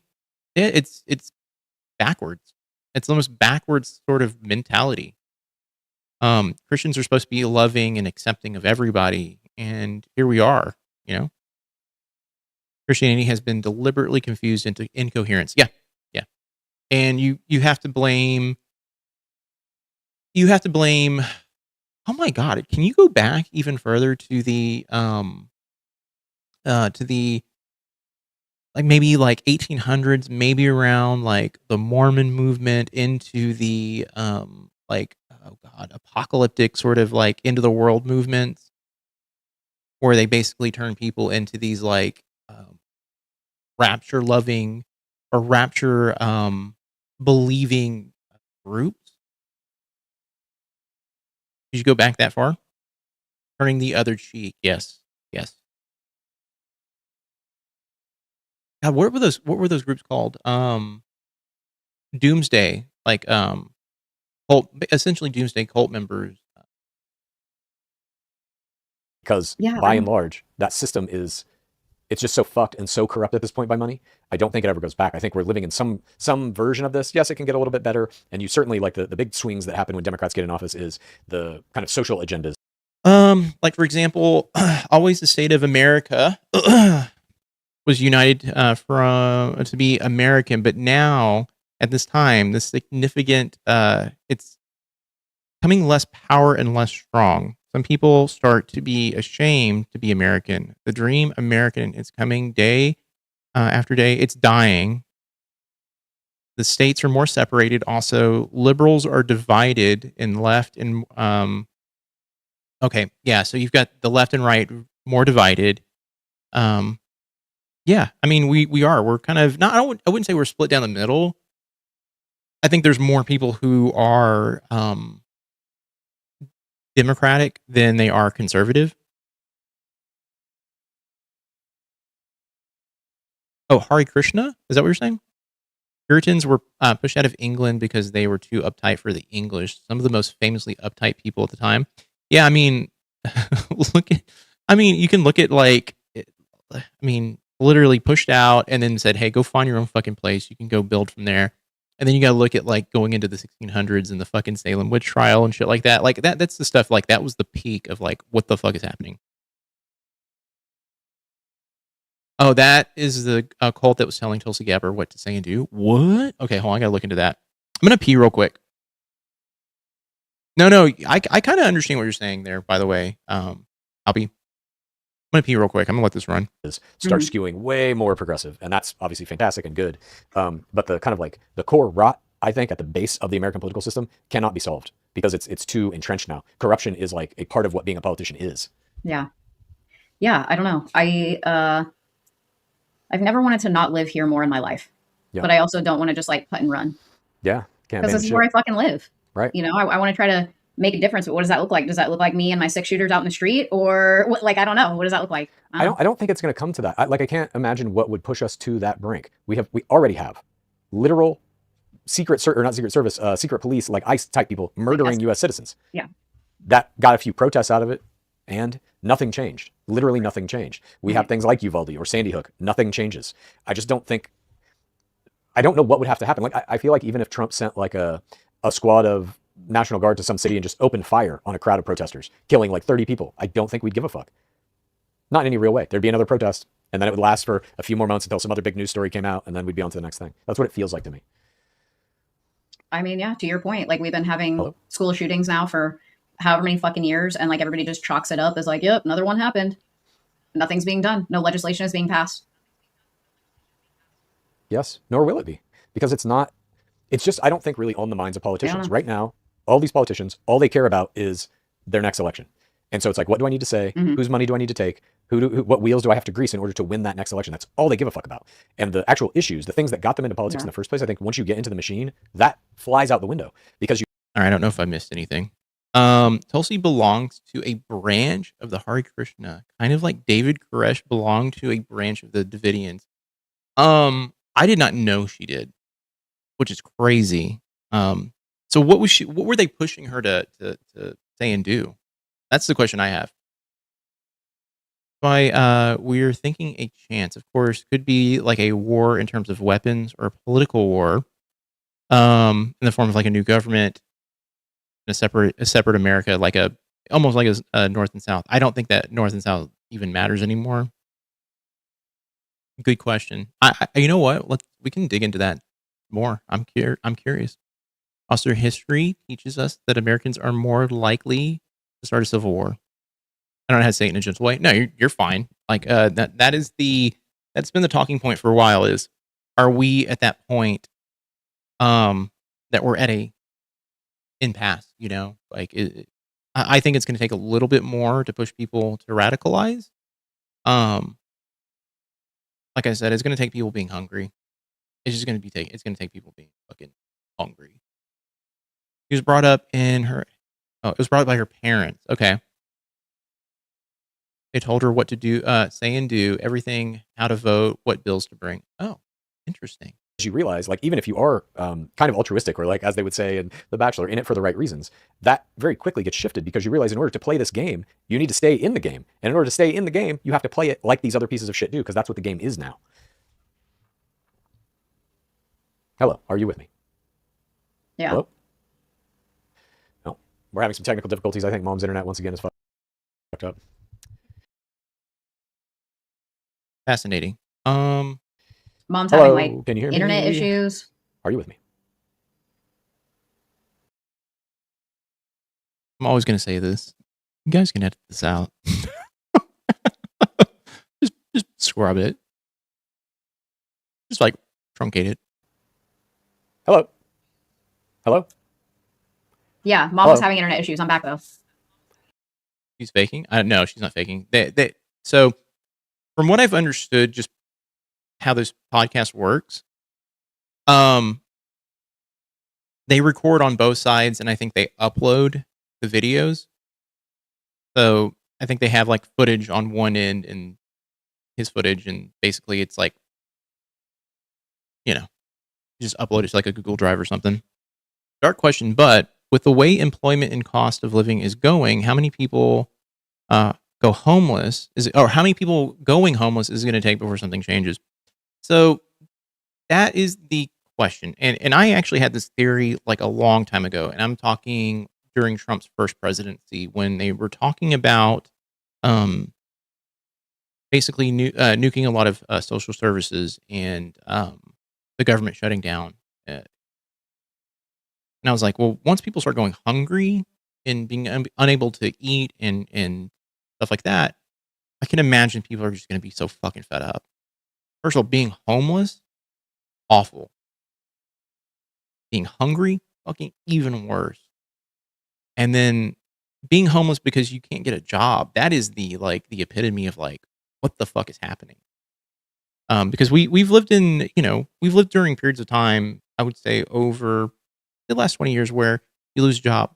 It's, you go and you try to do the right thing and just go find another job. You find something to fill the time. Right now, like jobs are really hard to come by, especially if you're trying to look for stuff in like the tech field. It's fucked. I think there's going to be a perfect storm of shit happening. I think it's going to take the economy crashing, corporations firing people at mass layoffs, people going hungry, a lot of that shit. Yeah, some of you are homeless and have a job. That's the other thing too. They're living out of their cars. They have like a gym membership, or they're going to the YMCA to take showers, and then it's just a cycle. There's people out there right now who are living in campers. Like, it's cheaper just to go ahead and buy a camper and just live in that. And I'm talking not like, like an RV. I'm talking like a tiny fucking thing attached to a fucking vehicle, and that's what they're living in. I think there was someone, one of our friends was like living in one with like cats and shit. Like, what the fuck? Or for Italy too, because like Italy, it's like a puppet of America. So if it gets a problem, we'll get the problem too. Yeah, I get you. Honestly, I think if stuff starts happening in America, I think it kind of, because America being such a world power, I think it would directly affect a lot of people. Just a lot of countries at that. Yes. Okay. Can you see me? Wow. Yes, I can see. Can you see me? What a great end to this episode. Well, I don't know if you can hear me. Yes. Can you hear me? Yes, I can hear you. I'm going to Local people who grew up and work in Bozeman can't afford to live there anymore. Some can't even afford to work in Bozeman anymore. end it here. Jesus. Okay. Well, let's conclude this LibSibs episode. I don't know if you can hear me in real time or not. Thank you for joining me. Yes, I can. Haley, I love you. Thank you for being there. Okay. Thanks for being there with mom and dad and helping them through all the medical trials and tribulations. And today's our dad's birthday. So happy. Is it purely because they're priced out of the area? Because I can see that happening. Look at Austin. Austin became so like we bought a home in Austin in 2009, 2010 for like $170,000, and then by the time we moved out, like the thing had tripled in price, or not tripled, but like, oh no, tripled, almost tripled in price, and it was just like, how, like this was like 2021, so like only like 12 years after buying the house. It was kind of bizarre. Happy birthday, Dad. If you're watching this, I know you're not, but nonetheless, I will commit it to recording anyway. Happy birthday. I love you. And I hope we can get you back on the show soon. Can you hear me? I feel like the same, but with Italy, all of Italy. Now you need to be rich to be in Italy. Yeah. I can't speak to that, but I can speak to the United States, and the United States is like, there are definitely areas you can live in the United States, where the cost of living is much, it's much smaller, but you then kind of run into things like food deserts, which is like, hey, I can't get like fresh fruits. No decent internet, relying on, like generators just in case, like if you live on like in a rural area, sometimes that shit happens, but it's cheap to live out in those areas. If you want to live in a city, major city, it can be insane. My family lives in Fazuli near Naples or Napoli. Napoli. I say Naples and people are like, oh God, Joel, it's got some problems. Because they know there's no good future in Italy. There isn't a good future in Italy. Yeah. Did they not get the meaning of Yellowstone? They didn't want people moving there. Is that like? Is that the? Are you referencing not the state park, but the TV show? I've never watched the TV show. It's not my thing. I typically don't do dramas, especially like long-winded drama type things. I guess I don't like ongoing seasonal like seasons of TV shows. I got burnt out. Like I think with Carnival, I was like, oh, I got to the end of it. I'm like, oh my God. And then it just ended. I was like, yeah, fuck. Oh, we lost 5 years, 1 million of young people after they graduated. Okay, so every 5 years you lose about 1 million people once they graduate. Are you talking high school or are you talking college?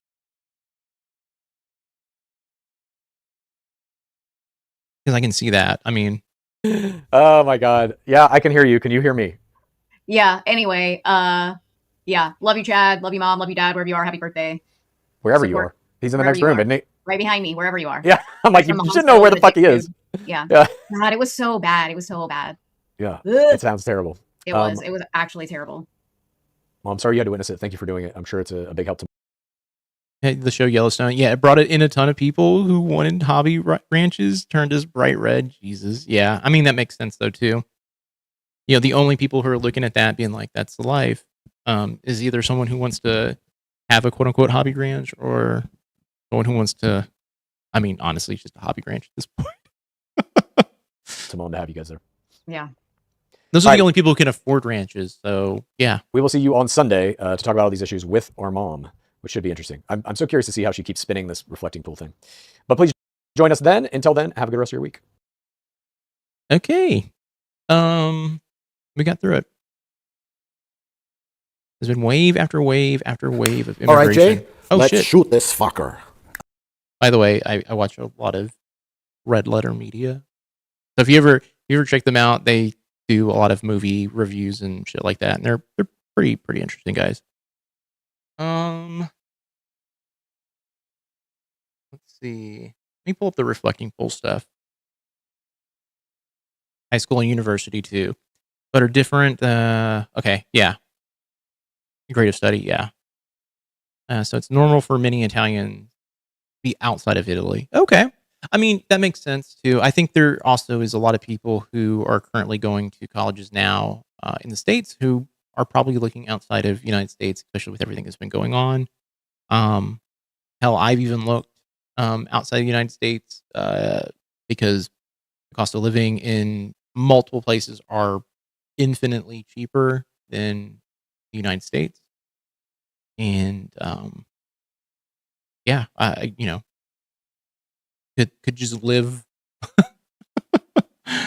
You're exaggerating. No, you're fine. I think there are more Italian in the rest of the world in respect to Italy. In Italy, there are 60 million people. You might not be exaggerating. I bet you there's Italian people, a ton of Italian people out there. Maybe not 60 million, but I would want to go to Thailand. I believe that my friend was living there. He was doing schooling or teaching schools out there. He enjoyed it. I talked about like moving to like China at some point, just because the cost of living in China is like $13,000 a year, US. And it's like, what the fuck? What is Italy doing about hereditary naturalization? I couldn't get my citizenship because my mother wasn't born before women were granted the right to vote. Whoa, that's insane. I wonder, I mean, that's the reason? That's crazy. All right, hold on. Expensive. It's So that okay. By the way, the person sticking their hand in the reflecting pool here is a fucking child. This isn't like an adult. These look like children right here.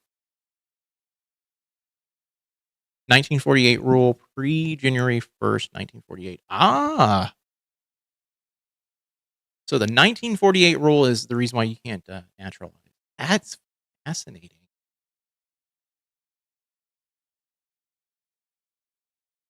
Why are they blasting this all over the news like this is like the big thing? The first time the women vote in Italy was after World War II, where we vote to continue to be a monarchy or a democracy. Okay, and I think you guys voted to be obviously a democracy at that point. Or a monocracy? Wait, hold on.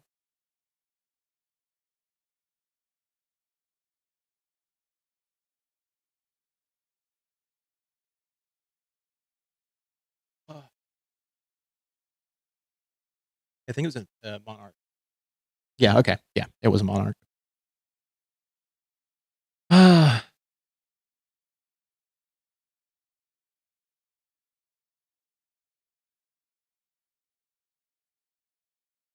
I like to research stuff. I have a hard time remembering certain little things. He's not the best history student, so I tend to look stuff up.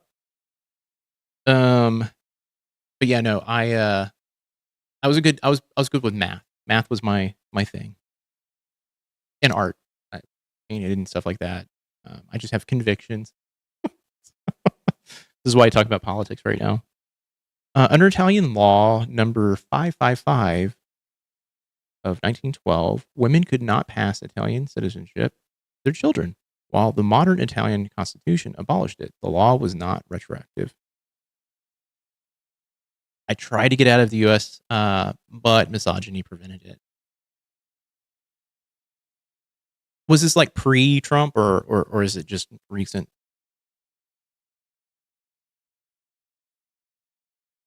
Okay, I got you. So Italy just kind of looks at it and is like, yeah, anything before that we don't recognize, which is during Trump's first term. Yeah. There was a lot of people trying to leave. I mean, we thought about it, but at the time I was like, there's no way this is going to get fucking as bad as it did and as bad as it's gotten. But here we are. Here we are. I think we kind of thought about it a little bit more lately just because it was like, well, what are we doing here? Like, what's happening? Can we get out of here? For now, work. Okay, you have to work to become a citizen or to immigrate into Italy. Gotcha.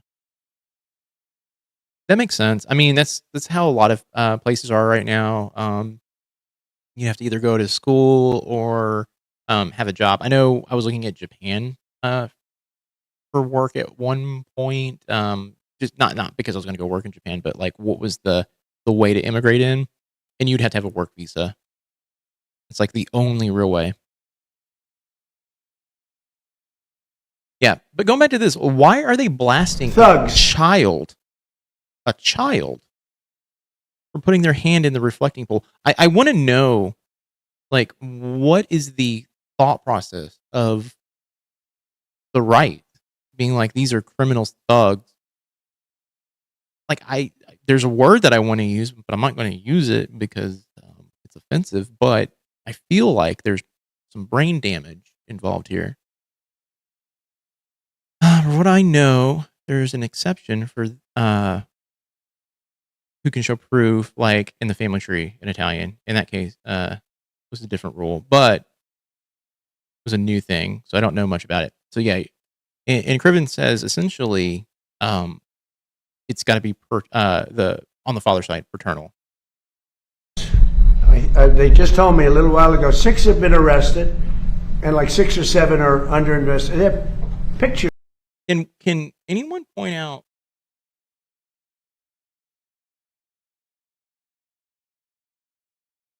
vandalism? Yeah. They're hoping the viewers won't notice it's a child. You can't not tell. It's like the group standing there are children. The shadow overlay makes it look like criminal behavior if you don't look closely. I feel like there's brain damage here. Yeah, there is. I think that if a group of people are that dumb to be like, oh, this is vandalism, like just going back to it, this is a child. This is a child. You just go back and you can look. Well, let me see. They're going to stand up here. Those are kids. Thug. That's a Trump summary. It's unless it's after a woman could vote. Yeah, they know their people won't see the video. All they'll hear is that they have it on video and they'll accept it. I am going to make a bet right now. I'm just gonna make a bet. They're gonna talk about it on the next episode, right? Will they show her the video? I'm gonna say no. Are they gonna show Mary Lou the video? Are they gonna point out that is a child? No. I bet you they're not gonna show it. Because that's the stuff that like is important to point out. Like vandalism. Would you say a child sticking their hand in water is vandalism?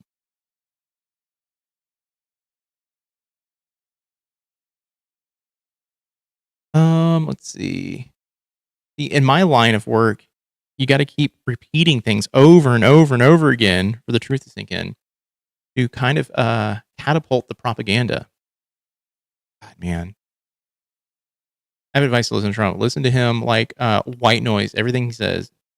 Yeah, nothing will change. So that's the thing. I always talk about this. This is all fucking smoke, right? This is a look over here while we fucking rob you guys blind and do all the fucking insane shit. They want everyone to focus on this nonsense. The stuff that makes me angry is that detail. It's a child. It is a fucking child. The news media are guilty of lying through admission. Yeah, 100%. And I'm like going down here. Did you see that? She reached right in there and pulled the plug straight out. Oh my God.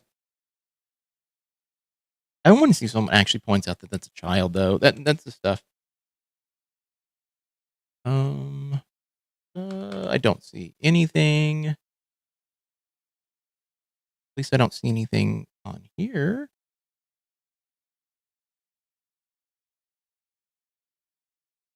The child was planted by CNN. At this point, you don't think Trump exists? I think he does. Because if he passed away, he would be the next Jesus Christ. They would actually have him resurrect too, and they would show him ascend to heaven.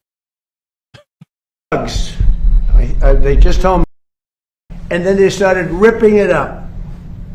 And they cut. Can I see that footage? That's the footage I want to see. I want to see that. That's the stuff. It's the child of an FBI agent false flag operation.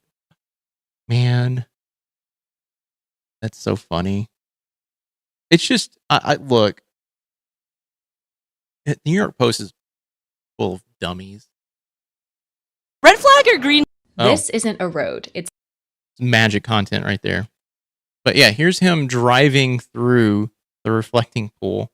It's the Lincoln Memorial reflecting pool. And yes, that's President Donald Trump's motorcade driving through it. He was there to tour the site and see the new color. Pick the color. It's called American Flag Blue.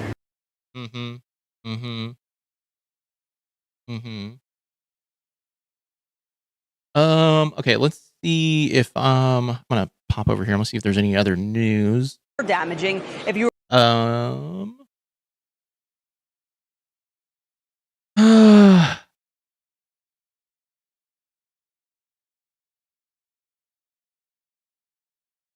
couldn't get his fat ass out of the car. No, he couldn't take the little step into the pool at all. Donald Trump's okay. Let's see how let's see how Trump's granddaughter fucked herself. Donald Trump's That sounds so fucking terrible, but All right. I didn't title this video. I wouldn't title it that. Daughter is in the news for the wrong reasons.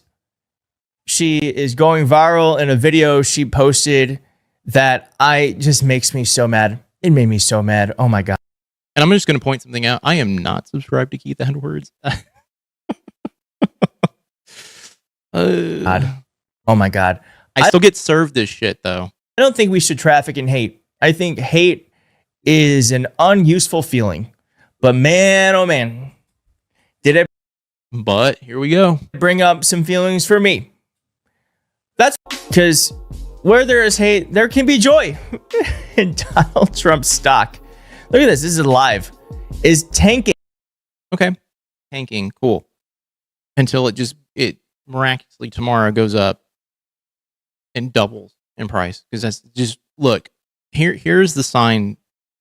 Shit is fucked.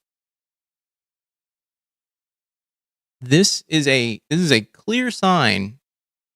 If by tomorrow afternoon, this fucking stock doubles.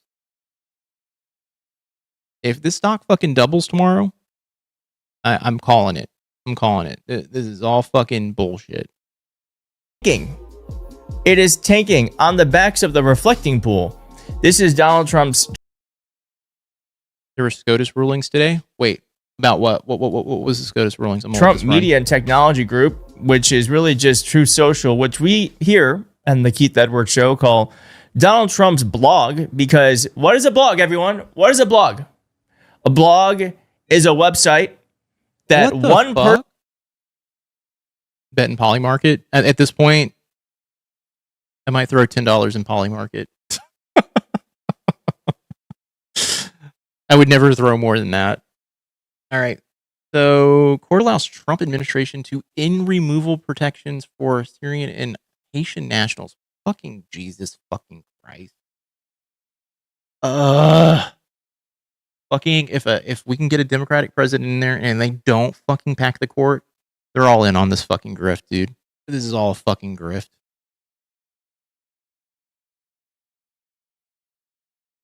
Oh, denaturalizing citizens today. So what?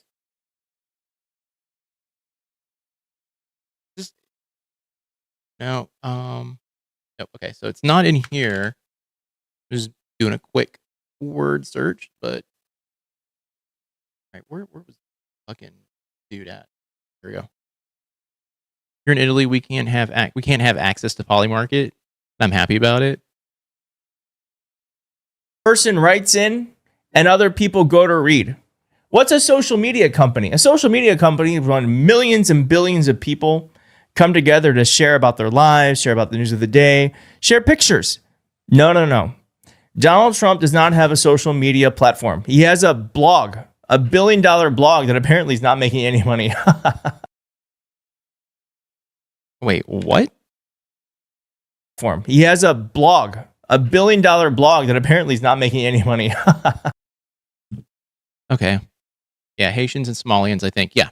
And that's what I kind of took it as. Of course, if you use a VPN, it's different. Yeah. Is that what we're talking about? Yes, that is it right now. That is the news. Haitian and Syrian. God, man, that is fucking insane. That's crazy. That's fucking crazy. But here's the thing. Here's the fucking thing. How much news is going to be focusing on that today? How much of it? Or are we going to talk about how Trump fucking, farted again and is on death's door and his hand looks terrible? Like, how much of that shit?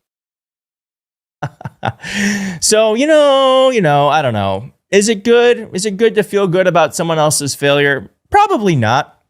But do I feel good about the fact that Donald Trump's stock is selling off? Yeah, because is he going to make a video tomorrow if it does double in price?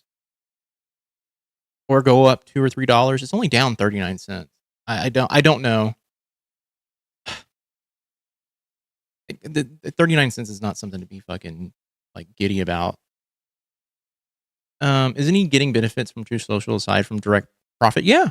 Keeping the MAGA propaganda flowing. Yeah. He's got a base of people who literally just consume everything he says. It's literally direct propaganda. It is basically bypassing media to feed his loyal followers. It's essentially, yes, you can call it a glorified blog, but when you have millions and millions of people, right, left, center, all looking at it, is it really that like, can we look at it and go, oh, it's failing? No.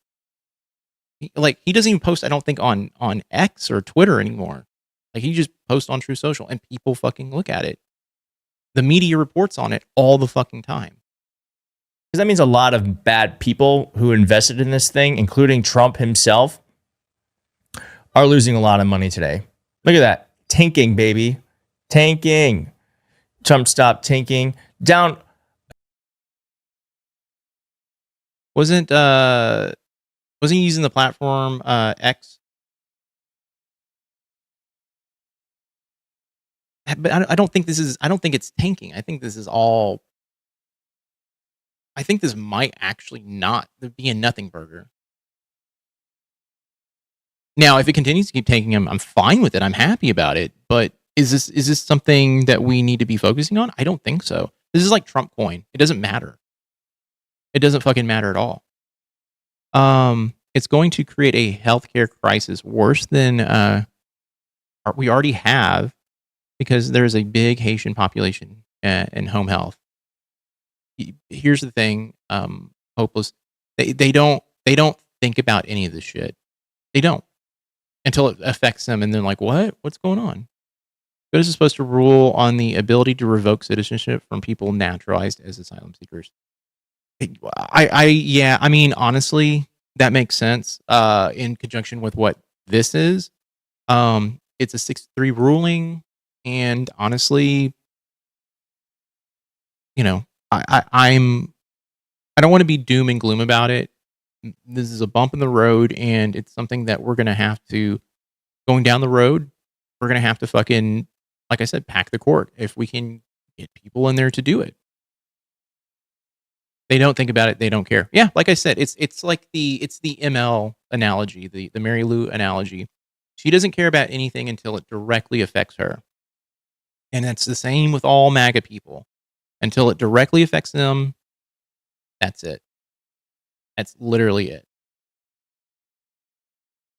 60% for the year, down just 10% in 1 week. Wow. Is there anything Trump doesn't kill when he touches it? Is it just everything? Trump premium is facing downward, with Trump stock losing over 40. There's some politics that don't involve Trump, because I feel like for talk politics in America, you need to talk all the time about Trump. So the thing is, I don't like talking about Trump because I think Trump is a distraction from what is actually happening. In my personal opinion, this type of news right here is the stuff that we should not be even focusing on, because for all we know, in the next 24 hours, yes, this may be down 50% for the year. It could just go right fucking back up. And it's happened before. It's happened before. They've done this shit. Bob gives us a realistic view of how Republicans think about these issues. Yeah. Trump makes it all about Trump. See, Trump knows exactly what he's doing. And Trump says, hey, look at me. I'm the dancing monkey over here. Don't look at what we're about to do. Look at me. Look, I just shit my pants. Report on it. Hey, look. Oh, man, I just made a big stinky. Someone's got to change my diaper. Report on that. Don't report on the fact that we're fucking still bombing, Israel's still bombing Lebanon, that, Iran is still a fucking problem. Don't fucking look at it. Look at me. I farted and people smelled it. Oh, look. Hey, look, I put makeup on my hand. Fucking report on that. Hey, look, we drove through the fucking reflecting pool. Report on that.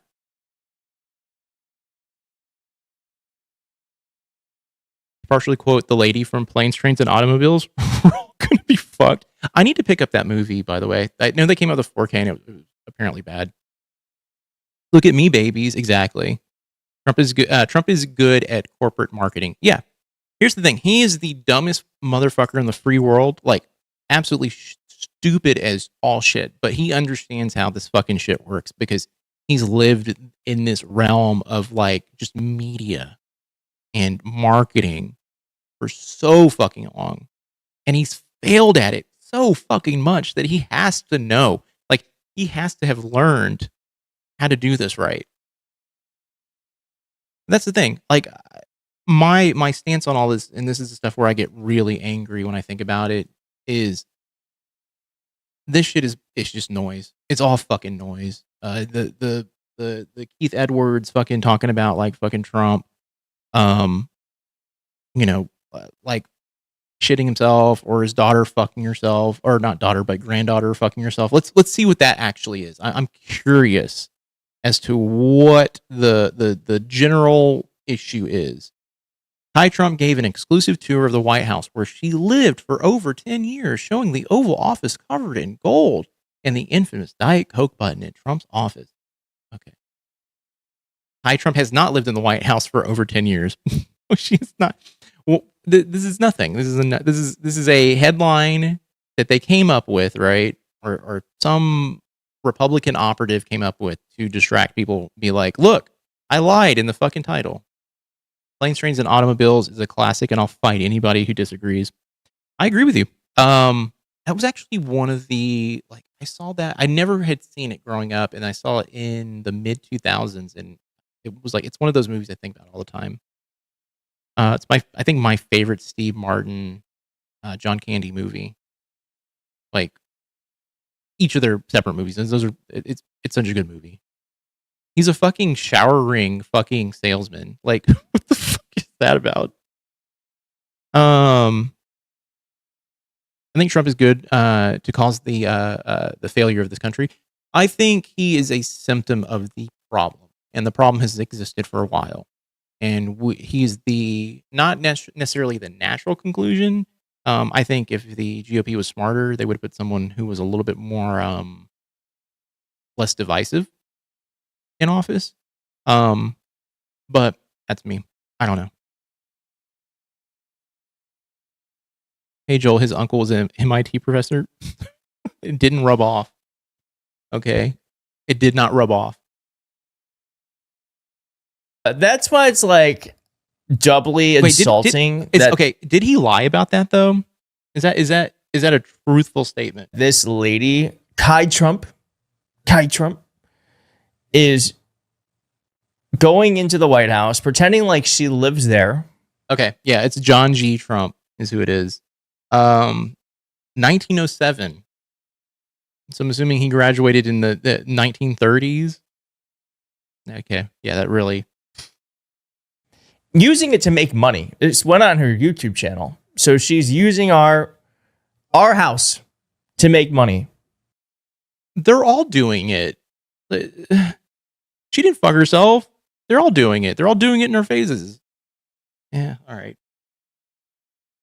Tried to claim he's intelligent because his uncle worked at MIT or something. Yeah, I remember that, but this dude's face bothers me so much. Like, don't get me wrong. He's part of the left leaning grift. All right, this is the right, or the left leaning grift that the right has on their side too.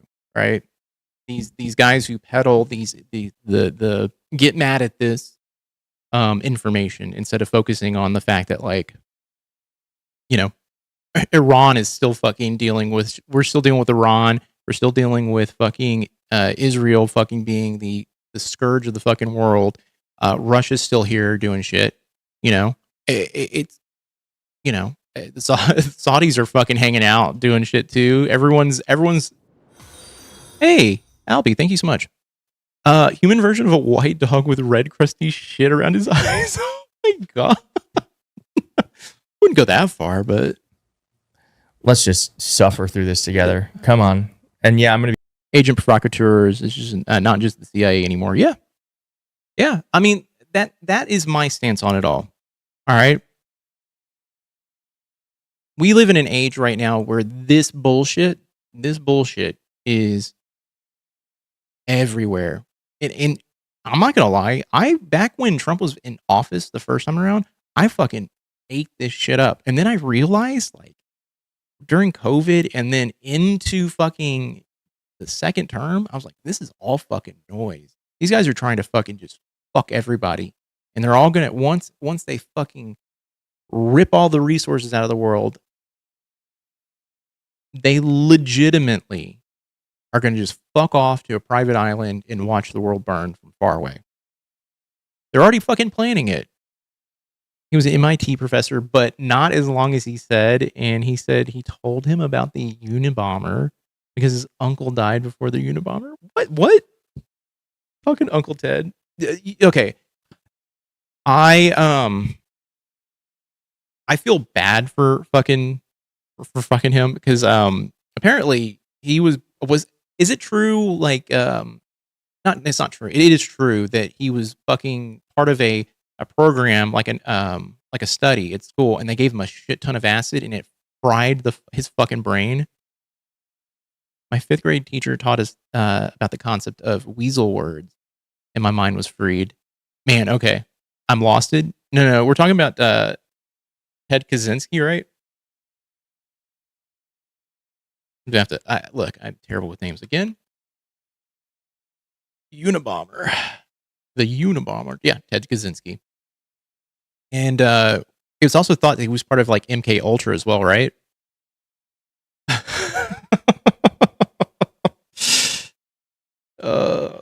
I don't know. I look, I get why he did what he did. I would have probably fucking not done that, but I don't know. I think he was a Luddite. I kind of agree. I think he was smart, but I don't think he was smart. It was also believed that he might have been autistic as well. Is that the theory too? Not saying there's anything wrong with being autistic. There's not.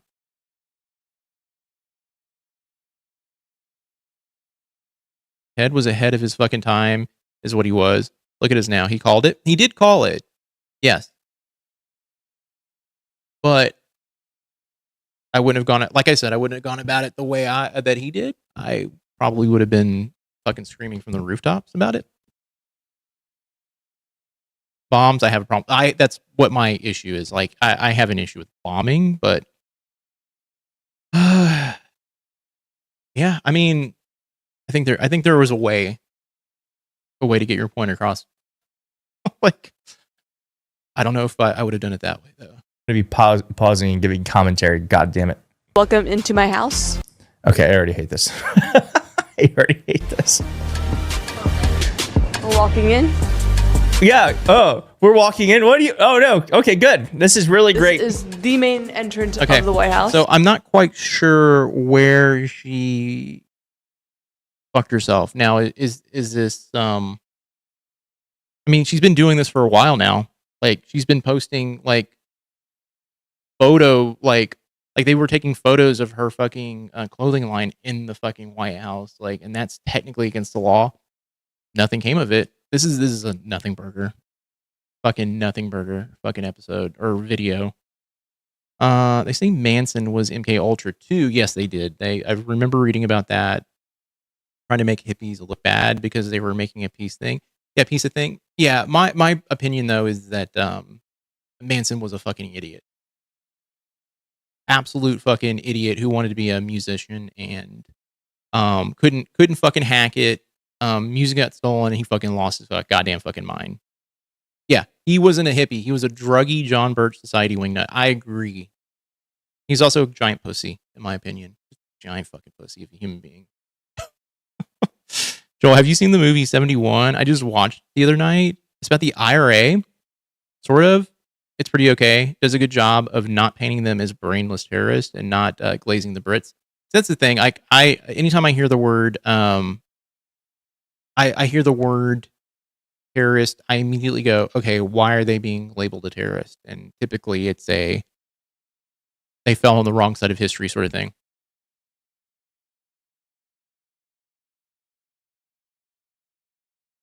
Isn't that who they wanted for MK Ultra? I think they wanted people who can infiltrate groups. I don't think they wanted idiots. I think they wanted people who were possibly a little bit more clever than they thought they were. I personally don't think Manson was part of MK Ultra. I think he took advantage of a bunch of people. I'm pro IRA, so I'm hypercritical of shit like that. I like the movie. I'll check it out. We're gonna go see. By the way, in terms of movies, I know this is kind of going in a different direction. I'm gonna go see Backrooms tomorrow. I wanted to see that more than I wanted to see Obsession. Oh, 2015, really? Okay, I'm gonna add it to my list. And I was like one of the few people who didn't like Obsession, but I didn't like it because I hated all the characters in it. Which is, I know it's weird to say, but but I've also heard people just talking mad shit about Backrooms. Which then that tells me like I have to see it.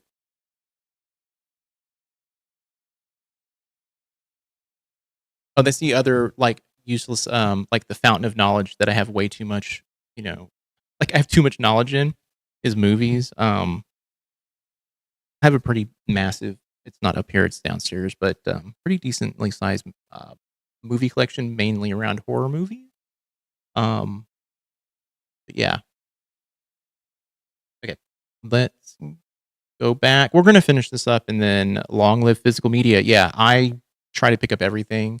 I picked up the new Toxic Avenger on Blu-ray, 4K. Which, because I was like, that's going to be an extraordinarily hard movie to find at some point, and I really liked it. I think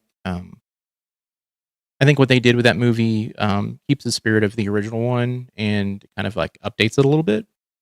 I liked it. So you also have to like the original movie to really get it too. Are we talking about movies now? A little bit.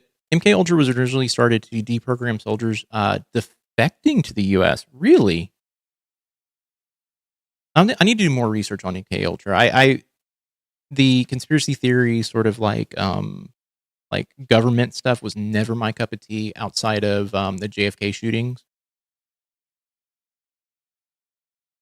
You heard? Oh, he was such a weenie about everything during production. What did you hear?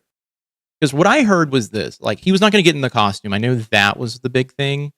But he filmed the entire movie out of costume, and they hired someone to, I believe it was a small, I can't remember what country he's from, maybe from a small woman from Portugal to do all of his like in costume work. But I thought it was if you have a kid, or if you were a kid and you saw the original film, there's a lot of callbacks to the original movie, which is great. Also, I feel like the story, especially for me as a person who has like issues with like parental connection, I felt like it really hit it really hit a nerve with me, and I actually got like really emotional watching it the first time in the theater. I rewatched it again the other day, and I was like, okay, I'm a little bit more clear of those sort of feelings, but I still thought the movie was good, and it's not like a serious movie at all. It's real fucking goofy and gory and all of that shit. It's just, it's not Lloyd Kaufman directing, which, in my personal opinion, Lloyd Kaufman directing anything is extraordinarily hit or miss. So yeah, defecting USSR soldiers would be held and given LSD. Got to USC Berkeley and Tim Leary, etc. Got a hold of it. Studies were done. The points / extent of those studies are mostly hidden by some extent. I'm gonna have to do some more research, but MK Ultra has always been one of those things when I hear about it, I'm like, oh, it's the fucking gun nuts talking about fucking the government. Now I'm like, okay, I'm kind of a conspiracy theory guy now. You grew up on all the original movies and the cartoons? Yeah, I saw the original Toxic Avenger when I was like 15. I bought it on 16. I bought it on Blu-ray, not Blu-ray, DVD, and I watched that movie over and over and over again. Who didn't use drugs and more? I mean, I think it was common knowledge that they gave a lot of people, especially in World War II, like amphetamines.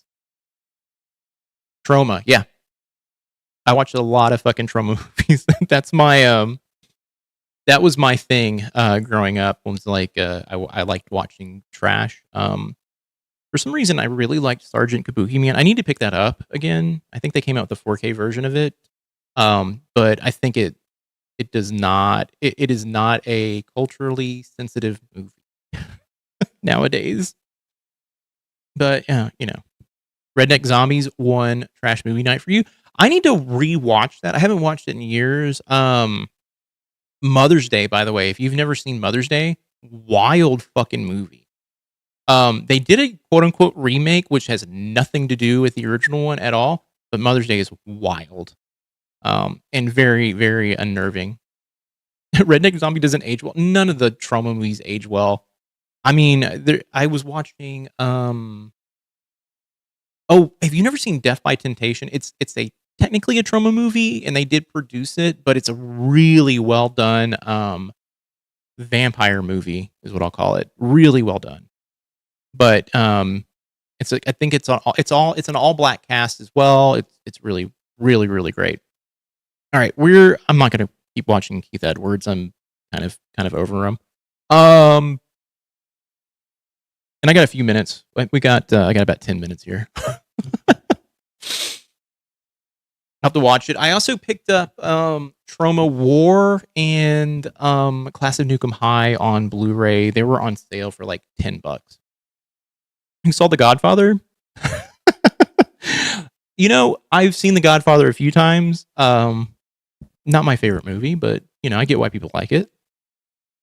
Marlon Brando is one of those guys. When I watch him, sometimes I'm like, okay, bro, I get it. You are that guy. I understand, but it's a bit much.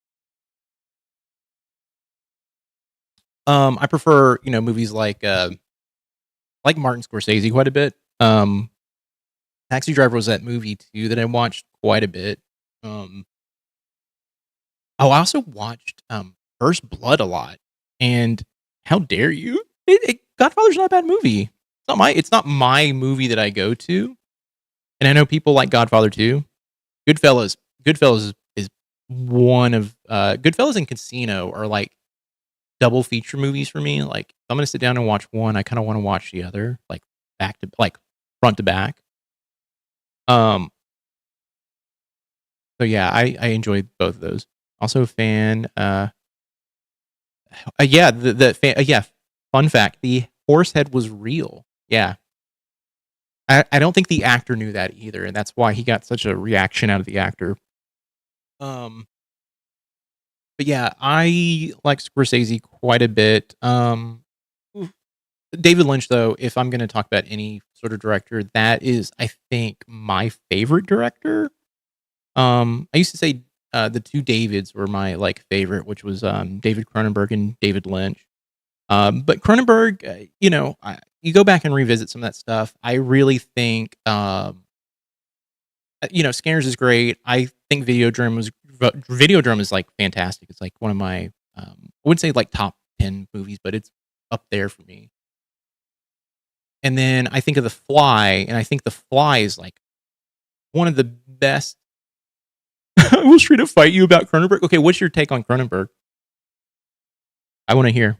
I like most of everything he's come out with. Like I said, I need to get a copy of Existence.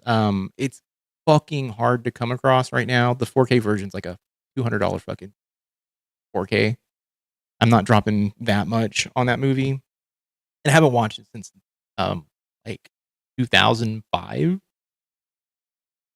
Now that one was fake, of course. He knew it. It's hard work. Yeah, in the first. Yeah, I got you.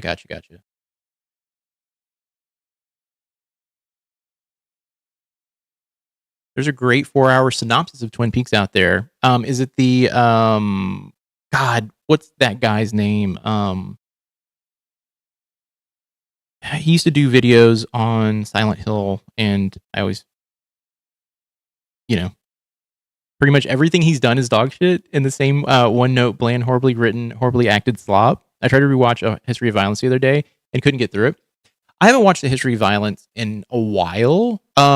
Eastern Promises, though, I think it's a fucking well-written movie. I found it kind of fascinating. But I'll argue for Videodrome, just from the perspective of how inventive everything was in that movie. I think The Fly is one of my favorite. Dead Zone is one of those movies I put on the background. I'm like, I enjoy it, but outside of that, And Scanners, I'm gonna say something negative about Scanners. Scanners is one of those films where the opening is great and the ending's great, and everything in the middle is just James Woods and Blondie, Deborah Harry carry it, in my opinion. I think those are the two actors in that film that absolutely push that movie forward. I will never deny that at all. Like, yeah. But I do enjoy that movie quite a bit. I don't really care for Rabid all that much. I do like The Brood, because The Brood is fucking terrible. Twin Perfect, thank you. So I have watched it. I've watched all of Twin Perfect stuff. Twin Perfect is great. There's a few things that he likes to laser-like focus on that I feel like might not be important to the story. What was the one he did? I think it was Rabid. Yeah, I think. Wait, it's either Rabid or, oh god. I try to watch it. It's in a hotel and it's not.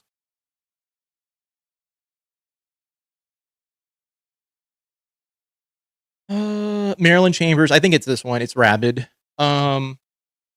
Yeah. Pray it doesn't happen to you. A young woman develops a taste for human blood after experimental plastic surgery, and her victims turn into bloodthirsty zombies, leading into a citywide pandemic. Maybe you're right. Maybe it is Shivers. Maybe it is that one. I thought it was the first one he did.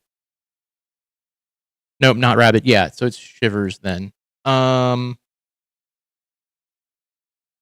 Oh, and I like Dead Ringers as well. Dead Ringers is also one of those films that I enjoy. I haven't watched it in a bit, but I enjoy it.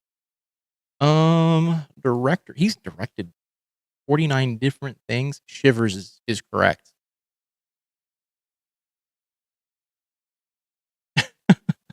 Residents of a suburban high-rise apartment building are infected by parasites that turn them into mindless nymphomaniac fiends. Yeah. This is it. Okay, I have not watched. I have tried to watch it, and I was thoroughly bored with it. Thoroughly bored. It's also like asked me to watch like Dark Star, and I'm like, like, and I like fucking John Carpenter so much, but there's like a handful of John Carpenter things that I'm like, if you ask me to watch this, I'm gonna tell you to go fuck yourself, like right now. Like Ghost of Mars, fuck off. Dark Star, I tried, can't do it. I understand it's like his first film. He did it with Dan O'Bannon, and Dan O'Bannon is great. I love Dan O'Bannon. Return of the Living Dead is like one of my favorite horror films. And I'm just so glad that what's his face from Night of the Living Dead had no involvement with it other than saying, "Hey, I want to do a sequel to Night of the Living Dead." Fucking hate that guy. He ruined the 30th anniversary edition of Night of the Living Dead as well. Ghost Mars is so goofy. It's fucking hilariously how bad. It's hilarious. It's a bad movie, but I'm like, I watched it twice and I'm like, never again. I don't like The Fog. I know people like The Fog. I cannot watch The Fog. Escape from LA, not the worst movie. I try to watch the last movie he did. Was it the Ward? I need to rewatch it again. What about the Tom Savini directed version of Night of the Living Dead? I actually really like that one. The Fog is Home to You. The movie that's home to me, that Carpenter did, is literally either Halloween or They Live. Those are the two movies I watched on repeat. I actually need to get a copy of the Savini Night of the Living Dead. I think it's actually got a really good twist at the end too. You know, I think ending it the same way. Tony Todd's in it too, so Tony Todd being in anything is fantastic. I watched The Fog because it's literally where I grew up. Is it Maine, right? They Live has the best fight sequence in history, film history, hands down. Yeah, I watched another streamer basically say how dog shit that fight is. By the way, I'll go now. It's almost midnight. Yeah, go get some rest. I am going to be getting off here in the next like 5 to 10 minutes anyway. I got to go start making dinner because I have at 7 tonight. I have a fucking so kind of like a D&D campaign. I have to go do like a game 0 on. Widow's Bay has the same feel as The Fog. Thanks, I appreciate that, Albie. Okay. But yeah, hold on. What was the? So you're talking about TV show, got you. You see they're remaking The Mist? Why? That movie's not even that old. Literally, I think it's like maybe 20 years at this one. No one will ever top Darabont. Well, yeah, Darabont, in my opinion, is such an underrated writer and director. The fucking Blob is like one of the best written fucking horror movie remakes ever. I fucking love that fucking remake of The Blob. It's better than the original. Fucking Steve McQueen fucking original movie. I need to watch Widow's Bay. Everyone keeps talking about it, and I need to get access to Apple TV at this point. So, there's so many things I have to watch. Like HBO has House of the Dragon, you know, all that shit. All right, let me put some music on while we're talking.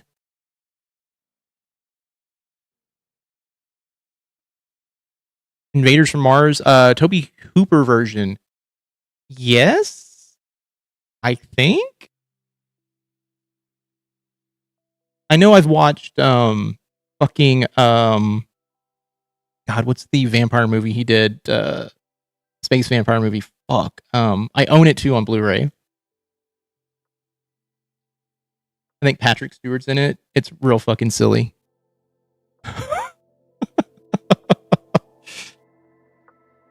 Karen Black, Nurse Ratched from Cuckoo's Nest. By the way, you've never seen Cuckoo's Nest? That was a film I also watched a lot. Mystic Quest on Apple TV is also fun. I'm waiting for the end of, is it Severance, right? Or whatever that show is called. I'm ready for that to be over with so I can watch it all. I am one of those people who I don't like watching. I don't like waiting for a season of something to come out anymore. I'd rather for something to be done. Like I did that for years with a lot of stuff, and like I said, Carnival was like my that was when I got fucking radicalized against TV. It was like when that happened, I was like, fuck this. I'm not fucking doing this anymore. Until I watched Game of Thrones. Okay, I'm gonna have to check it out. Invaders from Mars. Okay, why did I click on that? Okay, let me just add it to my phone here because I'm gonna look at my phone more than I'm gonna look at my computer. I'm the same way. I only watched Pluribus because my cousin and wife worked on it. Oh, otherwise I'd have waited and binged it. Yeah, that's the thing. Like I just don't like TV and the way TVs were, or TV like companies are doing things. These large corporations are just like, oh, it's not making money. Fuck it, we're nuking it from space. So I'm just like, I'm out. Plus, I also watched Twin Peaks in the early 2000s, and then lived a life where I was like, there's going to be no third season of Twin Peaks, or sorry, no continuation to Twin Peaks after Firewalk with Me, which is not even a continuation of anything. It's just a prequel. Pluribus is really good. Just hope it doesn't end up like The Bear. Oh God. Suzanne was watching The Bear. It didn't grab me. It didn't grab me. And then season 3 of Twin Peaks came out, and I was like, up until a point, I was like, my life is complete. We got to see more Twin Peaks, and then it ended, and I went, wait, huh? And David Lynch is all like, that's it. That's all we're doing. And I'm like, fuck me. Oh, hello there. There's going to be no more Twin Peaks. I love season 1 and season 2 of The Bear. Yeah, I read that season 3 went off the deep end. But I'm also not a TV person. That's my other issue, is that I don't I'm having a hard time finishing up. I tried to watch the fucking the From Dairy or whatever it's called, the It TV show. As someone who worked in the food industry and has some extremely fucked up family, The Bear felt a little too real for me at times. I walked away.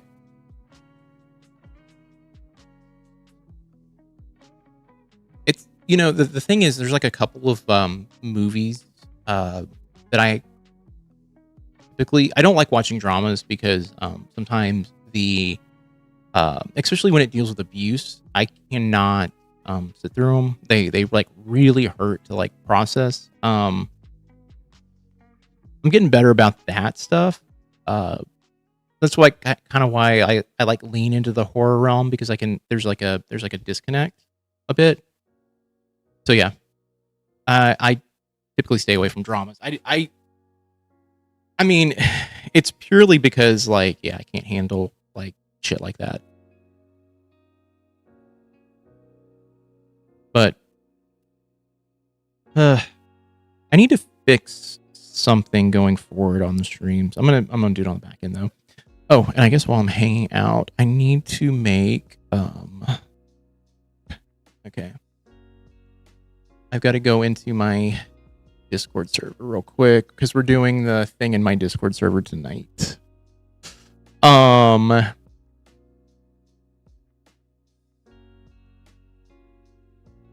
agents track down Syracuse woman, demand she remove Instagram post about ICE. What? Okay. U.S. Immigration and Customs Enforcement agents issued a warning to a Syracuse woman Tuesday to remove social media posts. They said that threatens federal agents. Wow. Okay.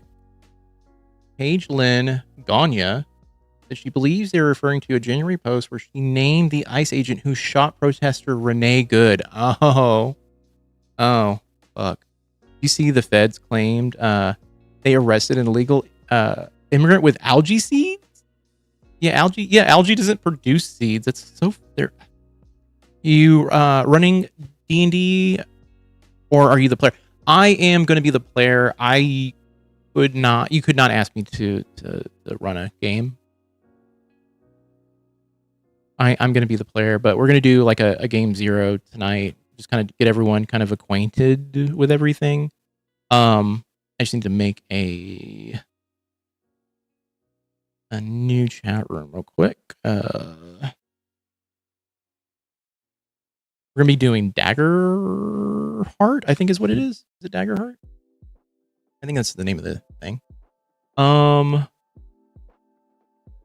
Okay, and then I need to make a Dagger Heart voice channel.